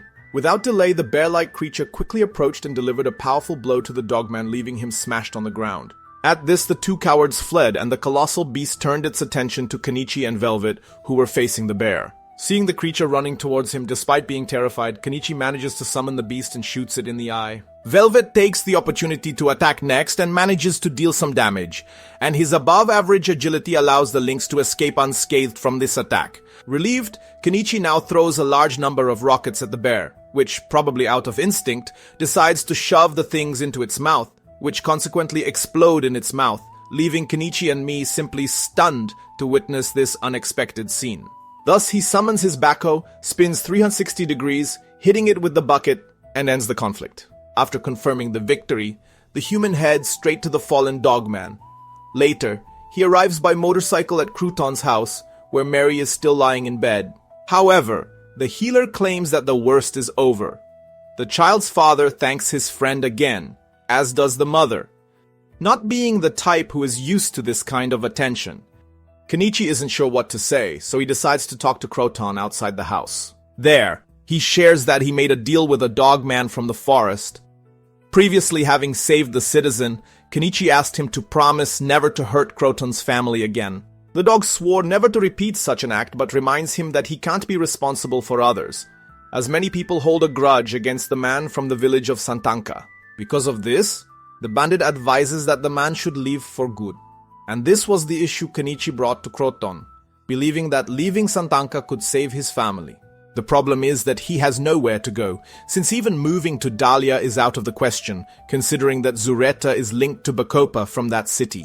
Thus, Kenichi remembers that Baron Norspal, who recently took over a territory near Dahlia, is in need of people to work on his lands. With a recommendation from Kenichi, a personal friend, Norspal would certainly be happy to welcome the new worker. Therefore, Crouton feels grateful but would like to discuss this with his family first. The next day, back at Kenichi's house, Miley climbs on him and complains that he didn't invite her on such a cool adventure. But the man argues that there was no time and someone needed to stay to take care of Anemone. Speaking of the child, she thanks the man for saving her great friend. A few days later, Crouton and Nyanyas, who apparently had nothing to do with the bandits as I thought in the previous episode, leave for Norspal's domain. Still recovering, Mary asks if Anemone finished the illustrated Cinderella book, but her friend insists on doing it only with Mary when she gets better. Since the child is still not healthy, the plan was for the father to go ahead and then return to fetch the family. In the midst of it all, Kenichi and Miley notice the presence of the Scooby-Doo of the deep web around. As Crouton leaves, he remembers how many hold a grudge against that man, but with his claws dripping blood, he assures that no one needs to worry anymore. Miley asks what he means, so Kenichi explains that the dog fulfilled the promise he made to him. The cat makes a face and declares that you can't trust the word of that scruffy creature. But the dog replies that she knows nothing about the loyalty of his people. And with that, he leaves with his belongings. Since he can't stay in Astrantia, he will wander to the sea or wherever fate takes him. Next, Kenichi takes the monster he defeated in the forest to the guild, which recognizes the beast as a tusked bear. Our protagonist wants the man to remove the meat and the magic stone from the bear, as he plans to sell the rest. And given the size of the animal, the citizen warns that he will only finish by the end of the afternoon. So, Kenichi leaves the shop, and since it's not even noon yet, decides to go home to wait. Meanwhile, in a nearby establishment, a hooded woman declares that she is looking for someone. Kenichi, without even hearing the voice of the person who asked, feels such a strong chill that he even thinks he caught a cold. Later, upon arriving home, the man prepares a mixture in the magical instrument, containing alkali and alcohol, along with the esterified vegetable oil in the upper bowl. After that, he adds the biodiesel he made earlier to the front bowl. In his mind, he plans for the biodiesel to accumulate there. Seeing the reaction, Anemone asks if it worked, and the man thinks it did, and to be sure, he takes the fuel outside and pours it into the generator. When the machine works, he celebrates the fact that he only spent 300 yen to produce this instead of the 3,000 he was spending before. After that, he prepares to leave and tells the girls that he might spend the night in the city if he can't sort things out with the bear in time. Upon arriving there, he enters the old mage's shop and accidentally calls her grandma again, but quickly realizes his mistake and corrects himself. The woman hands him the grimoire that was left for registration, and Kenichi notices a stone embedded in it. She explains that it is a magic stone linked to the enchantment recorded in the book, which he needs to learn, otherwise it won't activate. In the late afternoon, the merchant returns to the guy who was handling the bear and receives the separated meat and the magic stone from the tusked bear and is informed that he should collect the payment for the materials he sold at the counter.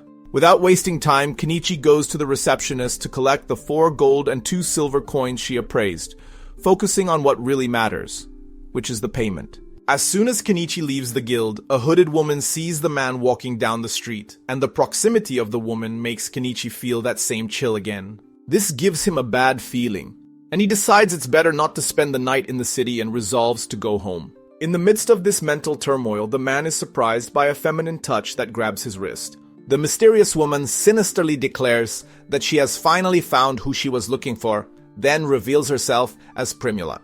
Losing her threatening demeanor and giving way to a sad expression, she hugs him tightly and exclaims that his sudden disappearance was a cruel thing to do. Kenichi argues that it would have caused trouble for the Mallow Company if he had been caught by nobles, but the girl thinks the company knows how to decide for itself whether it's in danger or not. Realizing that the entire crowd is watching this discussion, the man asks that they go to a more private place, so the woman invites him to the hotel where she is staying. There the two sit down and Primula recalls that the Dracena that Kenichi designed was what gave her family a surname.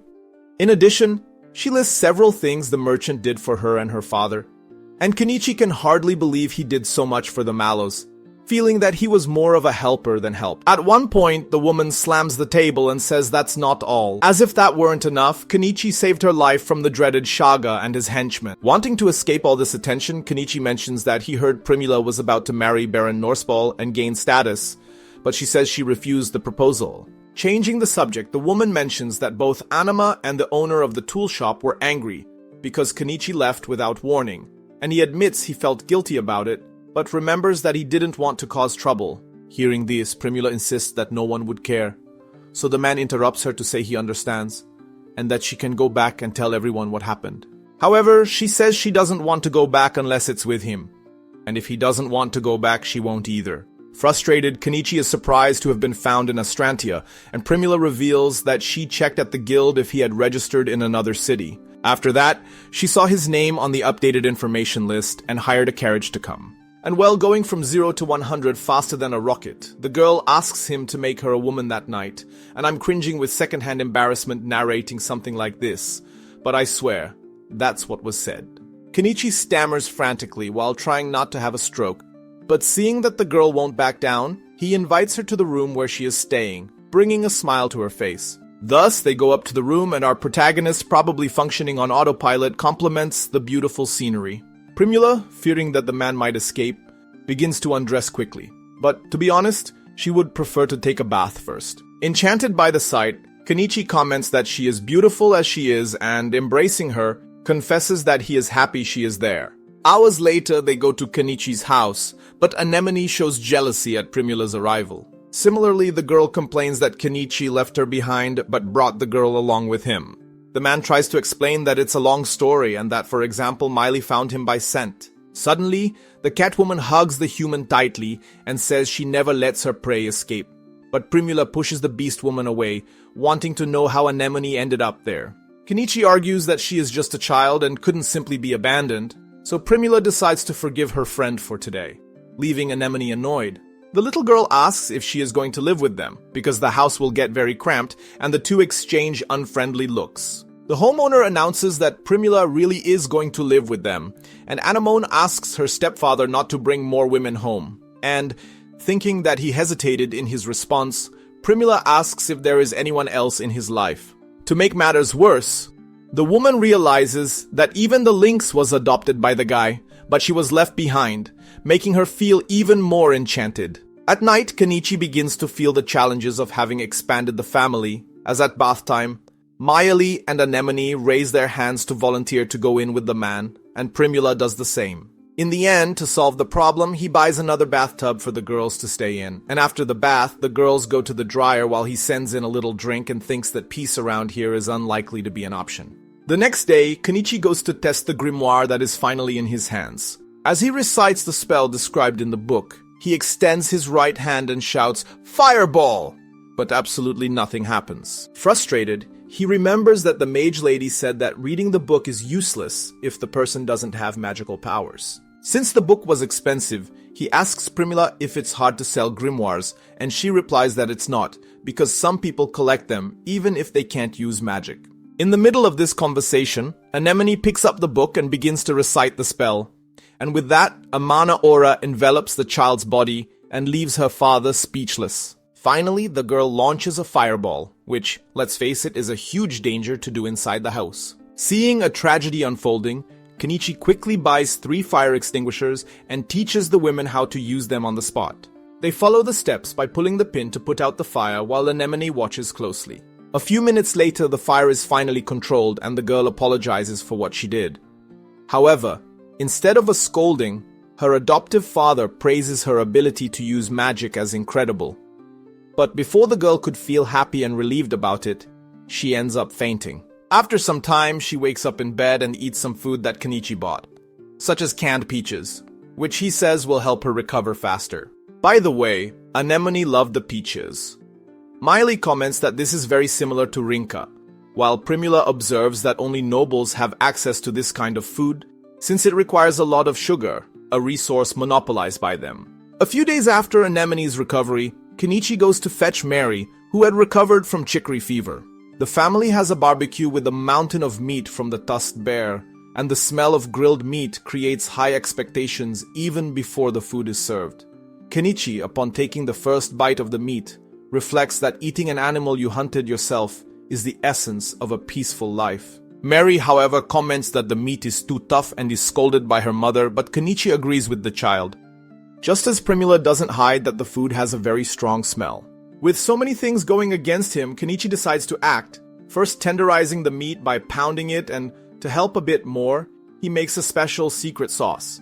This way, everyone enjoys the meat much better, and Kenichi thinks he did nothing more than his special curry recipe, leaving everyone impressed with the quality of the flavor. Next, Mary and Anemone celebrate the completion of the picture book they were making together. Upon seeing the book, all Primula can think is that this product could make good money if commercialized. Suddenly, the girl's mind is flooded with mercantile visions, and all she wants is to do business in Astrantia. Kenichi reflects alone that this woman is truly a merchant and wonders if perhaps he was the one who ignited this flame in her soul. By the way, he asks what else she would sell besides the book, and she mentions that she could sell the pot au feu of meat and the cooked rinka. Mary's mother emphasizes that even in Astrantia, you can't find a soup as delicious as this one. And Kenichi thinks it's because of the addition of his sauce, as he added enough sugar to justify that the sweetness comes from the rinka. At this, Mary's mother asks if Primula will really serve this food in Astrantia, also asking if she could repay everything they did for her, as she feels guilty for not being able to thank Kenichi enough. Referring to Primula as Kenichi's wife, she mentions that it would be the merchant's first time in Astrantia, and having experience as a waitress could help her with that. Kenichi thinks this is asking too much, while Primula only cares at this moment about being called the wife of the man of her dreams. Mary also offers to help, claiming she is almost of working age, so Anemone decides to help as well, not wanting to be away from her father. The next day, our protagonist takes Primula to do business in Astrantia. Upon arriving, the first thing he does is buy a cart for the vendors to start their work and sell the food in the middle of the city. In no time, people line up to try the dish, as only nobles have access to this kind of food, and now the commoners are delighting in this wonder.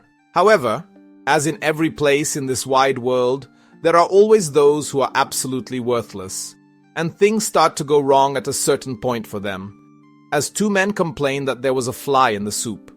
Primula defends herself, arguing that they take great care to avoid this, but the customers don't accept the mere suggestion that they themselves put the insect in the bowl. Amid this tense atmosphere, Kenichi pilots a drone to the top of the cliff, which was completely unexplored, and observes that surely many medicinal herbs and vegetables could be found there.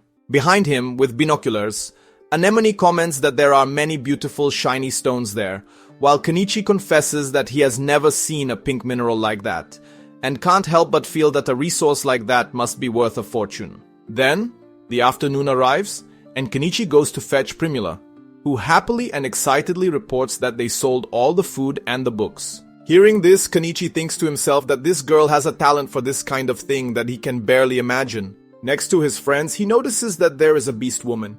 So he asks who she is, and Primula explains that it's a complicated story. She then tells him that there was a scuffle with some despicable guys, and at the moment when everything seemed like it would fall apart, this beast woman appeared and told them that the men had put the insect in the food and ordered them to empty their pockets if they wanted to prove her wrong. Instead, the two fools ran away and the problem was elegantly resolved by her.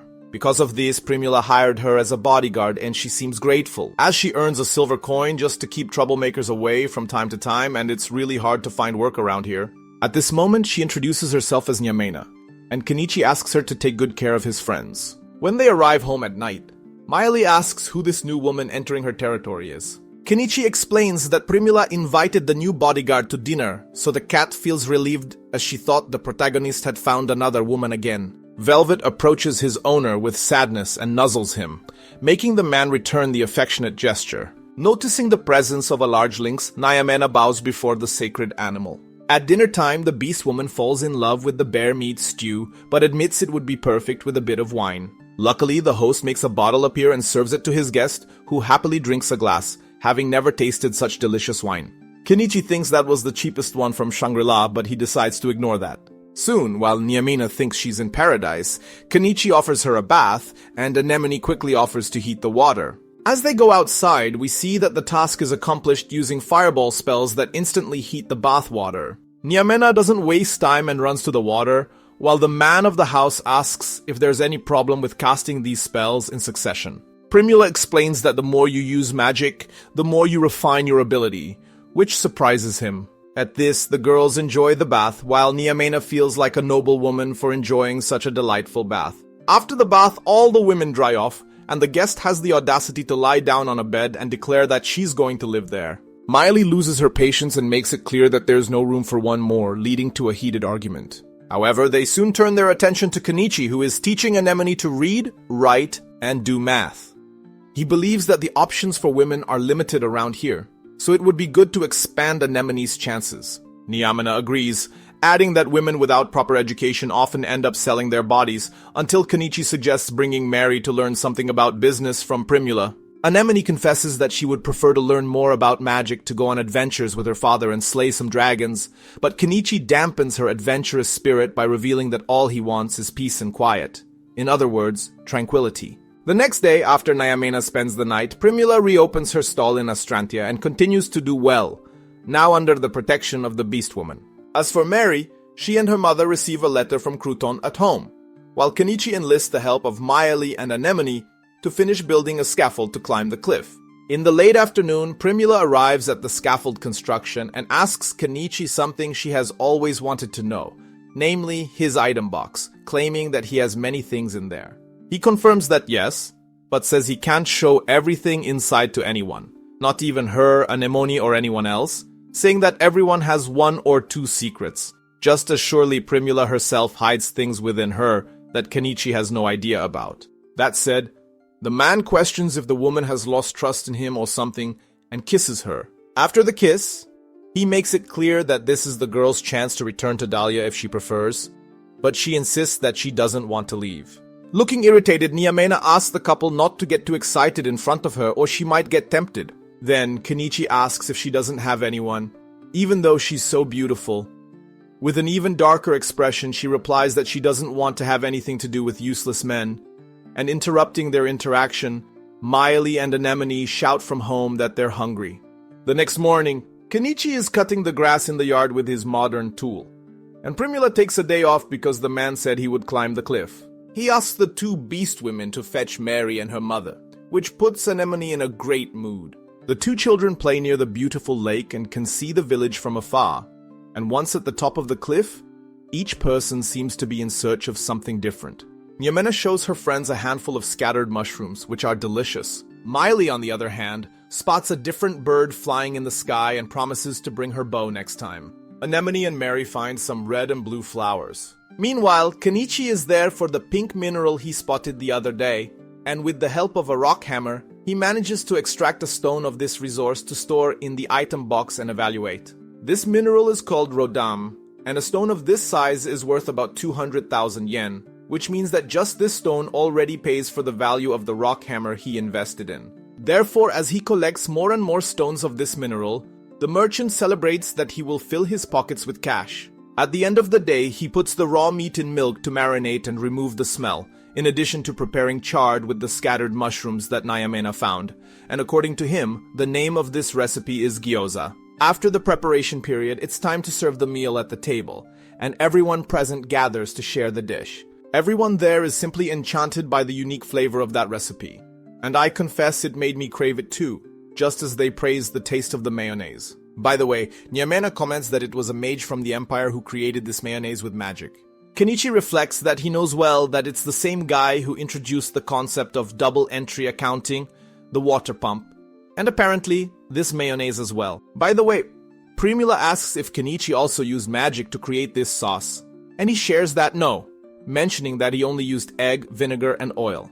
Realizing that this would sell like water in the desert, Primula runs to write down the recipe, but the cook would love to eat in peace before anything else. Upon tasting another piece of the food, he evaluates that it really needs chard and a gyoza, that the bear meat doesn't harm the flavor, and that the mushroom adds an interesting touch to the taste. Soon he notes that it would be great in a soup if he used thicker dough, and Primula confesses that she would love to sell this recipe at her stall. The man remembers that this would be a lot of work, but the merchant is willing to hire people to do the job because one of the secrets of the Mallow Company to make a profit is to seek people to help, but not forget to give them proper payment. At night, Kenichi gathers the girls to show his own fireball trick by pouring brandy on the lit grill, causing a burst of flames. A few minutes later, the bear steaks he was grilling for the barbecue were ready. When Nyamena tastes this delicacy, she becomes obsessively in love with the meat and asks about the aroma emanating from it. Our protagonist explains that it's the smell of the brandy he used to marinate the meat and mask its strong smell. Hearing this, she hugs her boss and confesses that she has a request to make, while Miley and Primula watch the scene with visible envy, and all she wants is to take a sip of that brandy. The scene evolves, and we see that he is serving brandy to her, who apparently appreciates a good drink. He advises her to take it easy since it's a strong drink, but as soon as she smells the alcohol, she can't resist and drinks the whole glass, almost letting her soul escape through her mouth from the heat of the drink, but showing much appreciation. Happy with the free drink, Nyamena quickly becomes loud and hugs the homeowner again, declaring that she will never return to the city. That is until Miley pulls her hair to keep her away from her master, but Nyamena shamelessly asks to live there after all. They eat and drink the best there. Miley shouts that this won't happen, but Kenichi and Primula like the idea, considering the bodyguard is quite honest. Primula, in particular, is relieved that she is only interested in food and drink, and not in men. And I don't know if it's true, but we move on. In a time skip, we see that a month later, Primula's stall has expanded to the point of hiring new employees and was renamed Corolla Restaurant. One of the new employees introduces herself to our protagonist as Iris, thinking that our protagonist is Primula's father, but she corrects the girl and says that he is her husband, leaving the girl somewhat embarrassed. According to what Kenichi heard, Primula taught Iris to cook and manage the business to open other branches of the restaurant. At night, the businesswoman reveals that having branches will allow her to have more time to pursue her husband if necessary. Over the days, as Primula continued to profit from her venture, our protagonist profited from mineral extraction. Meanwhile, Anemone worked collecting medicinal herbs from the forest on top of the cliff, while Miley and Nyamena hunted animals around there. The Corolla restaurant then evolved, and it became necessary to rent a warehouse to prepare the products, and it started earning about 200,000 yen per day, with the goal of reaching 70 million per year. And with this money, she opened 2 more branches and raised the profit expectation to 200 million per year. Kenichi reflects that all this happened thanks to the sauce that Kenichi buys from Shangri-La, as the food at Corolla stands out from the rest, giving them a significant advantage. At this, the scene changes, and in a castle, a girl named Lilith is informed by her mother that the bandits near Dahlia were defeated by a mage who summons iron beasts. She mentions that it seems this mage is living in the outskirts of Astrantia, and according to her, this is a clear sign that their path is being guided by the spirits. We see then that a woman is talking to Primula. Her name is Kanan, and she is the official wife of Viscount Eupatorium, and I only focused on the word official But let's move on. She asks if she is the daughter of that Malo guy, who is also known as the greatest merchant of Dahlia and the inventor of the Dracena. And in this way, the conversation continues. Parallel to this chat, we see that Kenichi went after another grimoire and ended up taking one with explosion magic, as he remembered that the old merchant from a few episodes ago possessed this magic, and he thought it was cool. While Kenichi is focused on the grimoire, Anemone is there reading a book related to domestic magic. And as the old lady noticed that the little girl was engrossed in the reading, she mentioned that she would give it to her as a gift, mentioning that since it's domestic magic, it doesn't need to be registered.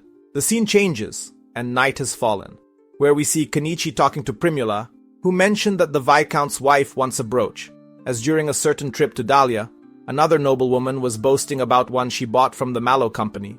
And Kenichi just realizes that what's happening is that ego competition that occurs between people. At this point, our protagonist appeals to Shangri-La and provides a very beautiful brooch for Primula. And the girl, upon noticing the face carved into the stone, mentions that the figure strongly resembles the Viscount's wife, and Kenichi tells her to say it was made especially for her, even to squeeze out some extra cash. Primula keeps staring at the stone, and Kenichi thinks about that suspicious expression she's been making lately. Besides her, we see that Nyamena also carries a strange expression, which was noticed by Miley. The scene changes, and in the morning, Miley invites Kenichi to a dungeon, and our protagonist boils with joy at this invitation. However, he questions why she didn't mention it yesterday, and she replies that she couldn't, because otherwise Nyamena would want to come along, and Kenichi just tells her to try to get along. Anemone, upon hearing that they are going to a dungeon, says she wants to come along as she really wants to go on an adventure, and our protagonist ends up giving in to her insistence, and with the company of Velvet who tags along, they head to the dungeon. Upon arriving, we see that both the girl and the Catwoman are enchanted by the cave, and as they advance, our protagonist finds some green crystals there, and since Kenichi is a firm believer that anything shiny might be worth gold, he immediately summons his energy generator and the hammer to extract that thing and stuff it into his item box for evaluation. However, the hammer makes a deafening noise there. After all, they are in a cave, and Kenichi asks Miley to take Anemone away. But before he can continue, the Catwoman tells our protagonist that something is coming, probably attracted by the noise. Then the monster arrives and reveals itself to be a terrifying cave spider, while Kenichi and Miley already arm themselves with crossbows. Kenichi shoots an arrow, and nothing happens. Miley also shoots, and by hitting the eye, we see that the spider was affected. Kenichi then orders Anemone to aim at its eyes and shoot a fireball. But when he looks at the girl, well, she's completely out of combat because she's too nervous, just like any child would be in a moment like this. The spider then shoots a web at Anemone, and the Catwoman saves her at the last second, and Kenichi, to buy time, summons his rockets and throws them at it. And with this opening, they run away at full speed. Outside, our protagonist mentions that it didn't come after them, and Miley says it only didn't come because they only hunt at night. At this point, Kenichi then goes to Anemone and mentions that maybe it's too early for this type of adventure, and the little girl, scared out of her wits, just apologizes, and our protagonist hugs her and says, "It's okay," and she doesn't need to worry about it. After all, it was her first time seeing a monstrosity like that, so it was natural for her to have this kind of reaction. The scene then changes, and during the night they talk about the dungeon, and Nyamena freaks out about the fact that they didn't call her for something fun like that, while Miley mentions that the adventure wasn't her thing, and they exchange some harsh looks. Kenichi then asks the two to calm down a bit, saying that he will need to go back there to recover the generator that was left behind, as well as the crystals he's drooling to extract. Nyamena then determines that she will come along, and Kenichi asks her not to get too excited, as she needs to be Primula's bodyguard, but the woman with that strange expression just says it's fine, and that she will take a break for a few days. Kenichi finds this behavior strange and asks if something is worrying her, and she doesn't reveal anything. Nyamena then mentions that tomorrow is Spider Beating Day, and that will help her get rid of her irritation, and Kenichi, just like me, also wondered what irritation she is referring to. While the girls are bickering, Kenichi called Anemone and mentioned that they finished registering the grimoire, and because of that, he went to fetch it.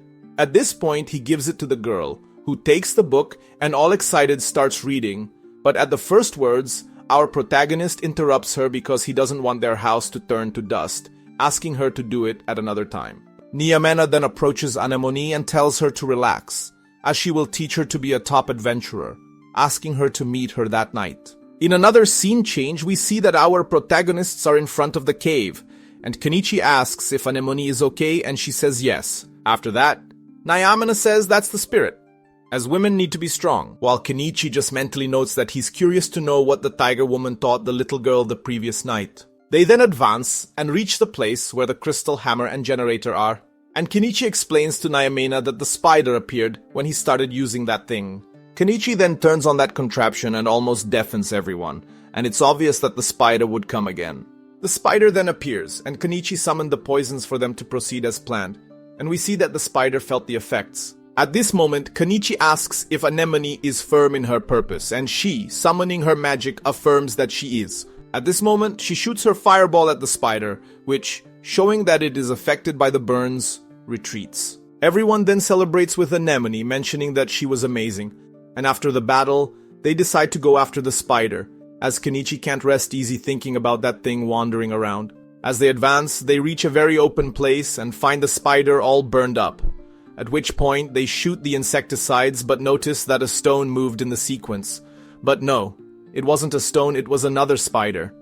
And this time, according to Nyamena, it was a female, and by its size, to me, it's more like a demon than a spider. Crazy. At this moment, they decide that the best thing is to retreat, even to avoid being taken down by the spider, but it didn't go very well as it went to the exit and blocked it. Velvet then, with incredible agility, ran and kicked the spider in the eye, and the other members of the group, inspired by the lynx's courage, also attack. Anemone then shoots another fireball at this new adversary, but Kenichi realizes that it didn't work, and that maybe it has magic resistance. Kenichi questions why this spider, even though apparently unaffected, simply doesn't attack them, and Nyamena mentions that maybe it's trying to take them down with it by blocking the passage. As the fight progresses, Kenichi stores the male spider in his inventory, which probably totaled the Corsa, and in parallel they continue fighting the female, and our heroes begin to realize that they might start having problems due to the enormous amount of poison expelled in the environment. Kenichi then starts to get nervous and says that he will remove the spider from there even if it's by force, and at this point the crazy guy summons a gigantic hydraulic excavator. Our protagonist imagines that the spider is already weak and delivers a blow with the bucket, but the spider shows that it wasn't weak at all and grabs them. And from there, my friends, the mess was insane.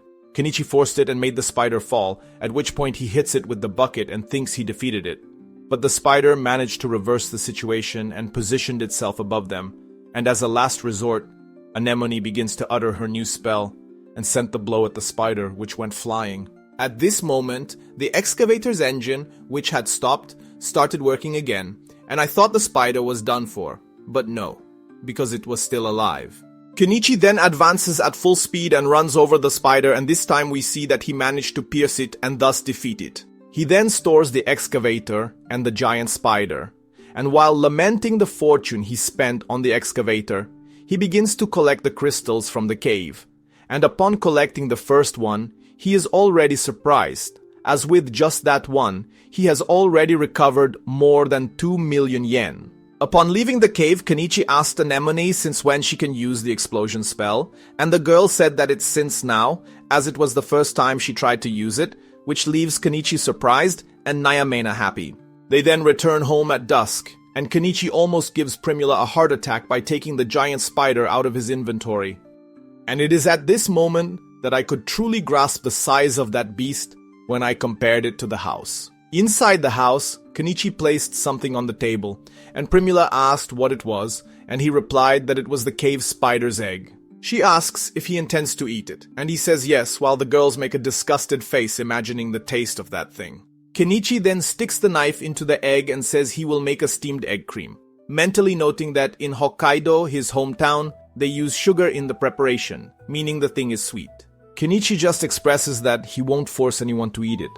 But Anemone, being loyal to her father, decides to give it a chance and says it's very tasty. All the others, encouraged by the girl, decide to try it too and fall in love with the taste and softness of the food. In the middle of the conversation, they start talking about cheese, and Primula mentions that it's something very expensive to buy, while Kenichi points out that it's easy to make, and she, looking seriously at him, mentions that she wants to try making it.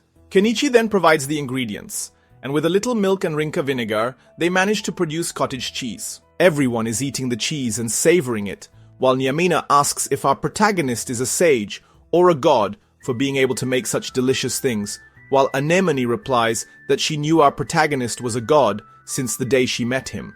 Kenichi asks why on earth she thinks he's a god, and she explains that she prayed every day to be able to eat until her belly was full, and well, she can now, meaning signs. Primula then mentions to Kenichi that she has a request, saying that she would like to teach the Viscount's wife how to make the cheese. He replies that if possible, he prefers not to get involved with the nobles, and she says she understands that. He then asks why she still wants this, and Nyamina joins the conversation, saying that the main restaurant and the branches of Corolla are facing harassment. Nyamina then explains to us that a scoundrel named Thogalum sent some guys to cause trouble at the restaurant, even questioning the spices they buy, which don't go through Zutara, which is probably the Bacopa of this place, that crap that holds the monopoly on spices. At this moment, Kenichi realizes what Primula is trying to do. She is trying to somehow receive aid from the nobility to take down Thogalum. Kenichi then mentions that she doesn't need the help of the nobles, mentioning that he can use his summoned beasts against him. And both Nyamena and Mayali are on our protagonist's side in this, as well as Anemone and Velvet. But Primula asks them to calm down, and Kenichi imagines that she is trying to avoid a fight. She replies that it's not quite that, and that she will probably ask for his help at some point, but merchants have their own way of fighting. And Kenichi then gives in and says she can do it the way she thinks is best, and makes himself available in case she needs it. She says she thanks him for that, and also promises that she won't reveal how she learned the cheese recipe. At this moment, the scene changes, and we see that Thogalum received a message from the Viscountess, mentioning that anyone caught harassing the Corolla restaurants will be severely punished. The guy gets irritated by the notice and acknowledges that Primula made a great move, and he wonders how much she knows, mentioning that it doesn't matter, and that it's just a matter of time. What he's talking about, I don't know, but what I do know is that the scene changes, and we see that Corolla can reopen until one day we see that the Viscountess went to Kenichi and Primula. Kenichi tries to express who he is, but she cuts him off, mentioning that she has already heard of him through rumors. As the scene progresses and they are seated, she asks if he is the mage who suddenly appeared in Dahlia and took down Shaga, and Kenichi mentions that he has no idea who that person is. But the Viscountess says that the investigation has already been done, and it's no use denying it. Kenichi just sighs because he understood that things went south, so he asks what brought her there, and Kenichi, upon seeing her lower her head, already thinks that something is wrong and that he is fully convinced that this isn't going to end well. The narrative continues, and we see that each lord works together to build a canal through the kingdom. But the part that falls under Eupatorium's responsibility is significantly behind schedule. One of the meeting members mentions that if the project is not completed soon, its funding will be cut, and their lands might even be seized. The remaining section of the canal that needs to be built is 15 kilometers long, and he needs to finish it within a month, which is why his wife pleads with Kenichi to help her. She was willing to give him any reward he desired, including her body, but Kenichi says he is not interested in that. Eupatorium is disappointed at being rejected, but still has one more thing to offer. She tells Kenichi that she can give him a special grimoire as a reward, something called High Protection. Kenichi has no idea what that is, but Nyamena has heard of it, and explains that it is an extremely powerful spell that allows one to block any attack, even a dragon's breath. This piques Kenichi's interest, as it could help protect Anemone from future adversities. With that, he agrees to help Eupatorium. But before starting the construction, he needs funds. Having said that, he asks Eupatorium to give him any unused furniture she has, so he can appraise it and obtain money from his system. When he finishes, Kenichi earns about 120 million yen, which should be more than enough to cover the costs of the job, and thus, he is ready to begin. Everyone gets into Kenichi's car, which takes them to the construction site. On the way, Eupatorium asks Kenichi if he really doesn't want her body as a reward, and our protagonist firmly responds that he has no interest. This upsets Eupatorium, as she knows he has no problem getting involved with beast women, so why wouldn't he get involved with her? And amidst this vital dilemma for our narrative, they finally arrive at the construction site and Kenichi meets Miley's brothers, Nyakero, Nyamero, and Nyanji. Kenichi mentions that it's good to see them again, but is curious about why they are working on the construction, as they received a large sum of money as a reward for taking down Shaga. So they should be set for a good while. However, according to them, one thing led to another, and they already blew through the money and are broke again. Suddenly, Nyamena appears to see what's going on, and as soon as Miley's brothers see her, they practically fall in love. As the scene progresses, Kanan introduces Kenichi to Porridge, the man she hired to oversee the construction. Porridge says she didn't need to come in person, but she insists it's important, as she brought someone to help, mentioning that Kenichi can significantly speed up the process since he is a mage. But Kenichi corrects her, saying he is just a merchant. Regardless, Porridge has no reason to refuse additional help and decides to continue his work, asking the Viscountess to take a look at the list of necessary equipment. While she reviews the list, Primula also takes a look and is horrified by the prices. She asks the Viscountess to let her handle the list, and after reading everything, she concludes that Porridge is trying to scam her. Porridge defends himself, saying he needs to make a profit from the business and that there are no other merchants from whom Eupatorium can order so many axes. However, he was wrong on that last point, as Primula simply turns to Kenichi and asks if he can get many axes, and our protagonist, obliging his wife, buys an axe from his store and asks Eupatorium if an axe like that would work, to which she mentions it's perfect, but is curious about the price. Primula then says she only needs to pay 1 silver coin per axe, which is a ridiculously low price, so Kanan asks if Kenichi is really okay with that, and he says she can consider it a friend's discount. The Viscountess is delighted by this and decides to buy from Kenichi, meaning things went south for Mr. Nose. The guy is obviously furious and reminds her that he is there representing the Thogalum Trading Company, and going against them is not good for her. Kenichi remembers that Thogalum was precisely responsible for all the problems at Primula's Corolla restaurant, and apparently he is so influential that even the Lord occasionally asks for his help, and he understands that clashing with him could cause many problems. However, at the moment, building the canal is more important, so everyone starts working immediately. Since his excavator will be used intensively, Kenichi will need a lot of fuel. He then pours 3 basins of fuel, and a few minutes later, they begin working. Kenichi's machine provides significant help, as it does in minutes the work that would take hours. We then see that after a long day of work, Kenichi prepares a meal for his friends, and since Kanan's transportation hasn't arrived yet, he invites her to dinner.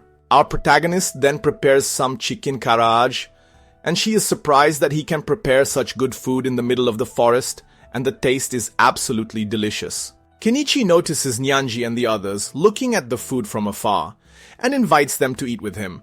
But they are not the only ones hungry, as practically all the workers are starving, since the restaurant that turns into a tavern at night where they usually eat is in the city, and it would be too expensive to make the trip and eat there. Primula feels sorry for them and has an idea.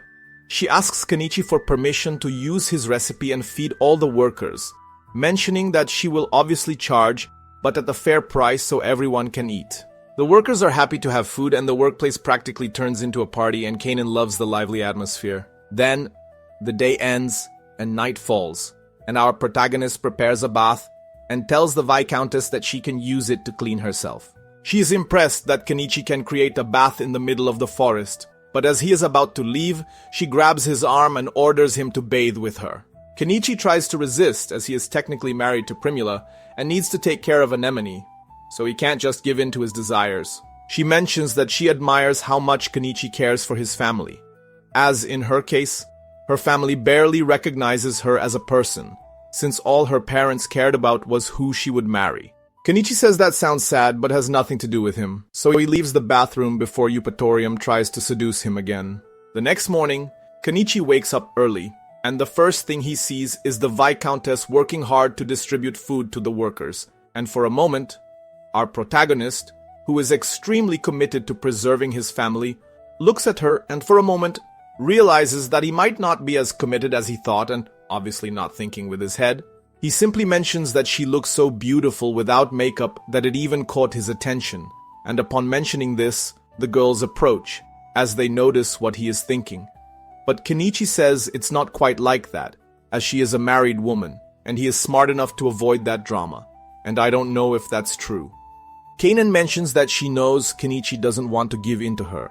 But since she has an entire month with him, sooner or later, she will make him yield. Then, a few moments later, Mr. Nose and another person return to the worksite to complain, as none of the workers have been going to their tavern to eat. Primula explains that this is because she started selling food at an affordable price, so the workers no longer need to go to their tavern. And she makes it clear that the reason they lost their customers is not because Primula stole them, but because their prices were too high.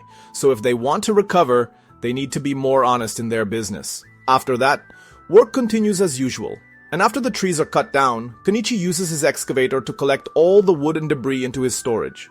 They are making good progress on the canal, and by midday, Eupatorium's servants finally arrive, increasing the number of people on site. But water starts to become a problem. He could buy water from his store, but it would be too expensive, so he decides to make a deal with the beast folk, who apparently live cleanly, so they mention a nearby spring, but it's practically impossible to reach without feline agility. Kenichi offers them some alcohol in exchange for water, and they seal the deal instantly, solving Kenichi's water supply problem. While the beast folk enjoy the alcohol, Kenichi says he is going to bed. But before he can leave, a drunk Eupatorium puts her arm around him and starts dragging him to the room, and well, how can I narrate this? She insisted, and he didn't resist. Anyway, we can't know for sure, but what we do know is that a little later, the Viscountess falls asleep, and Kenichi leaves the room, trying to return to the main house, but Anemone doesn't let him in, as she knows what he did. Well, at least Kenichi apparently got away with it, as he made her sign a contract stating she would follow his instructions from now on. She even threw a tantrum, but he mentioned that it's a no, and that's final, and with that, perhaps the problems related to this will become less frequent. After that, the work progressed steadily, and because of that, they managed to complete the Astrantia section of the canal within the deadline. And Kenichi reports to us that the celebration of this conclusion took place solemnly in the presence of the royal family, who arrived from the capital. Kenichi even mentions that he was pressured to attend the ceremony, and, to make things worse, they started talking about his achievements. And as he mentioned, it's impossible to stop people from talking. In fact, our protagonist even had to summon his backhoe and put on a little show to entertain the people there. After the ceremony, Kanan is approached by Viscount Thunbergia, who doesn't believe that the mage who defeated Shaga is actually in Astrantia, also saying that he was sure they would lose their lands and have to flee the country. But the Viscountess laughs in his face and says that the only joke around here should be his sickly face. Kenichi sees all this and assumes it's just a rivalry between nobles. But Primula notices something disturbing, mentioning that there is an elderly man in Thunbergia's carriage, and that scoundrel is the same man who lost his status in Dahlia, after it was discovered that he had hired Shaga to kidnap Primula.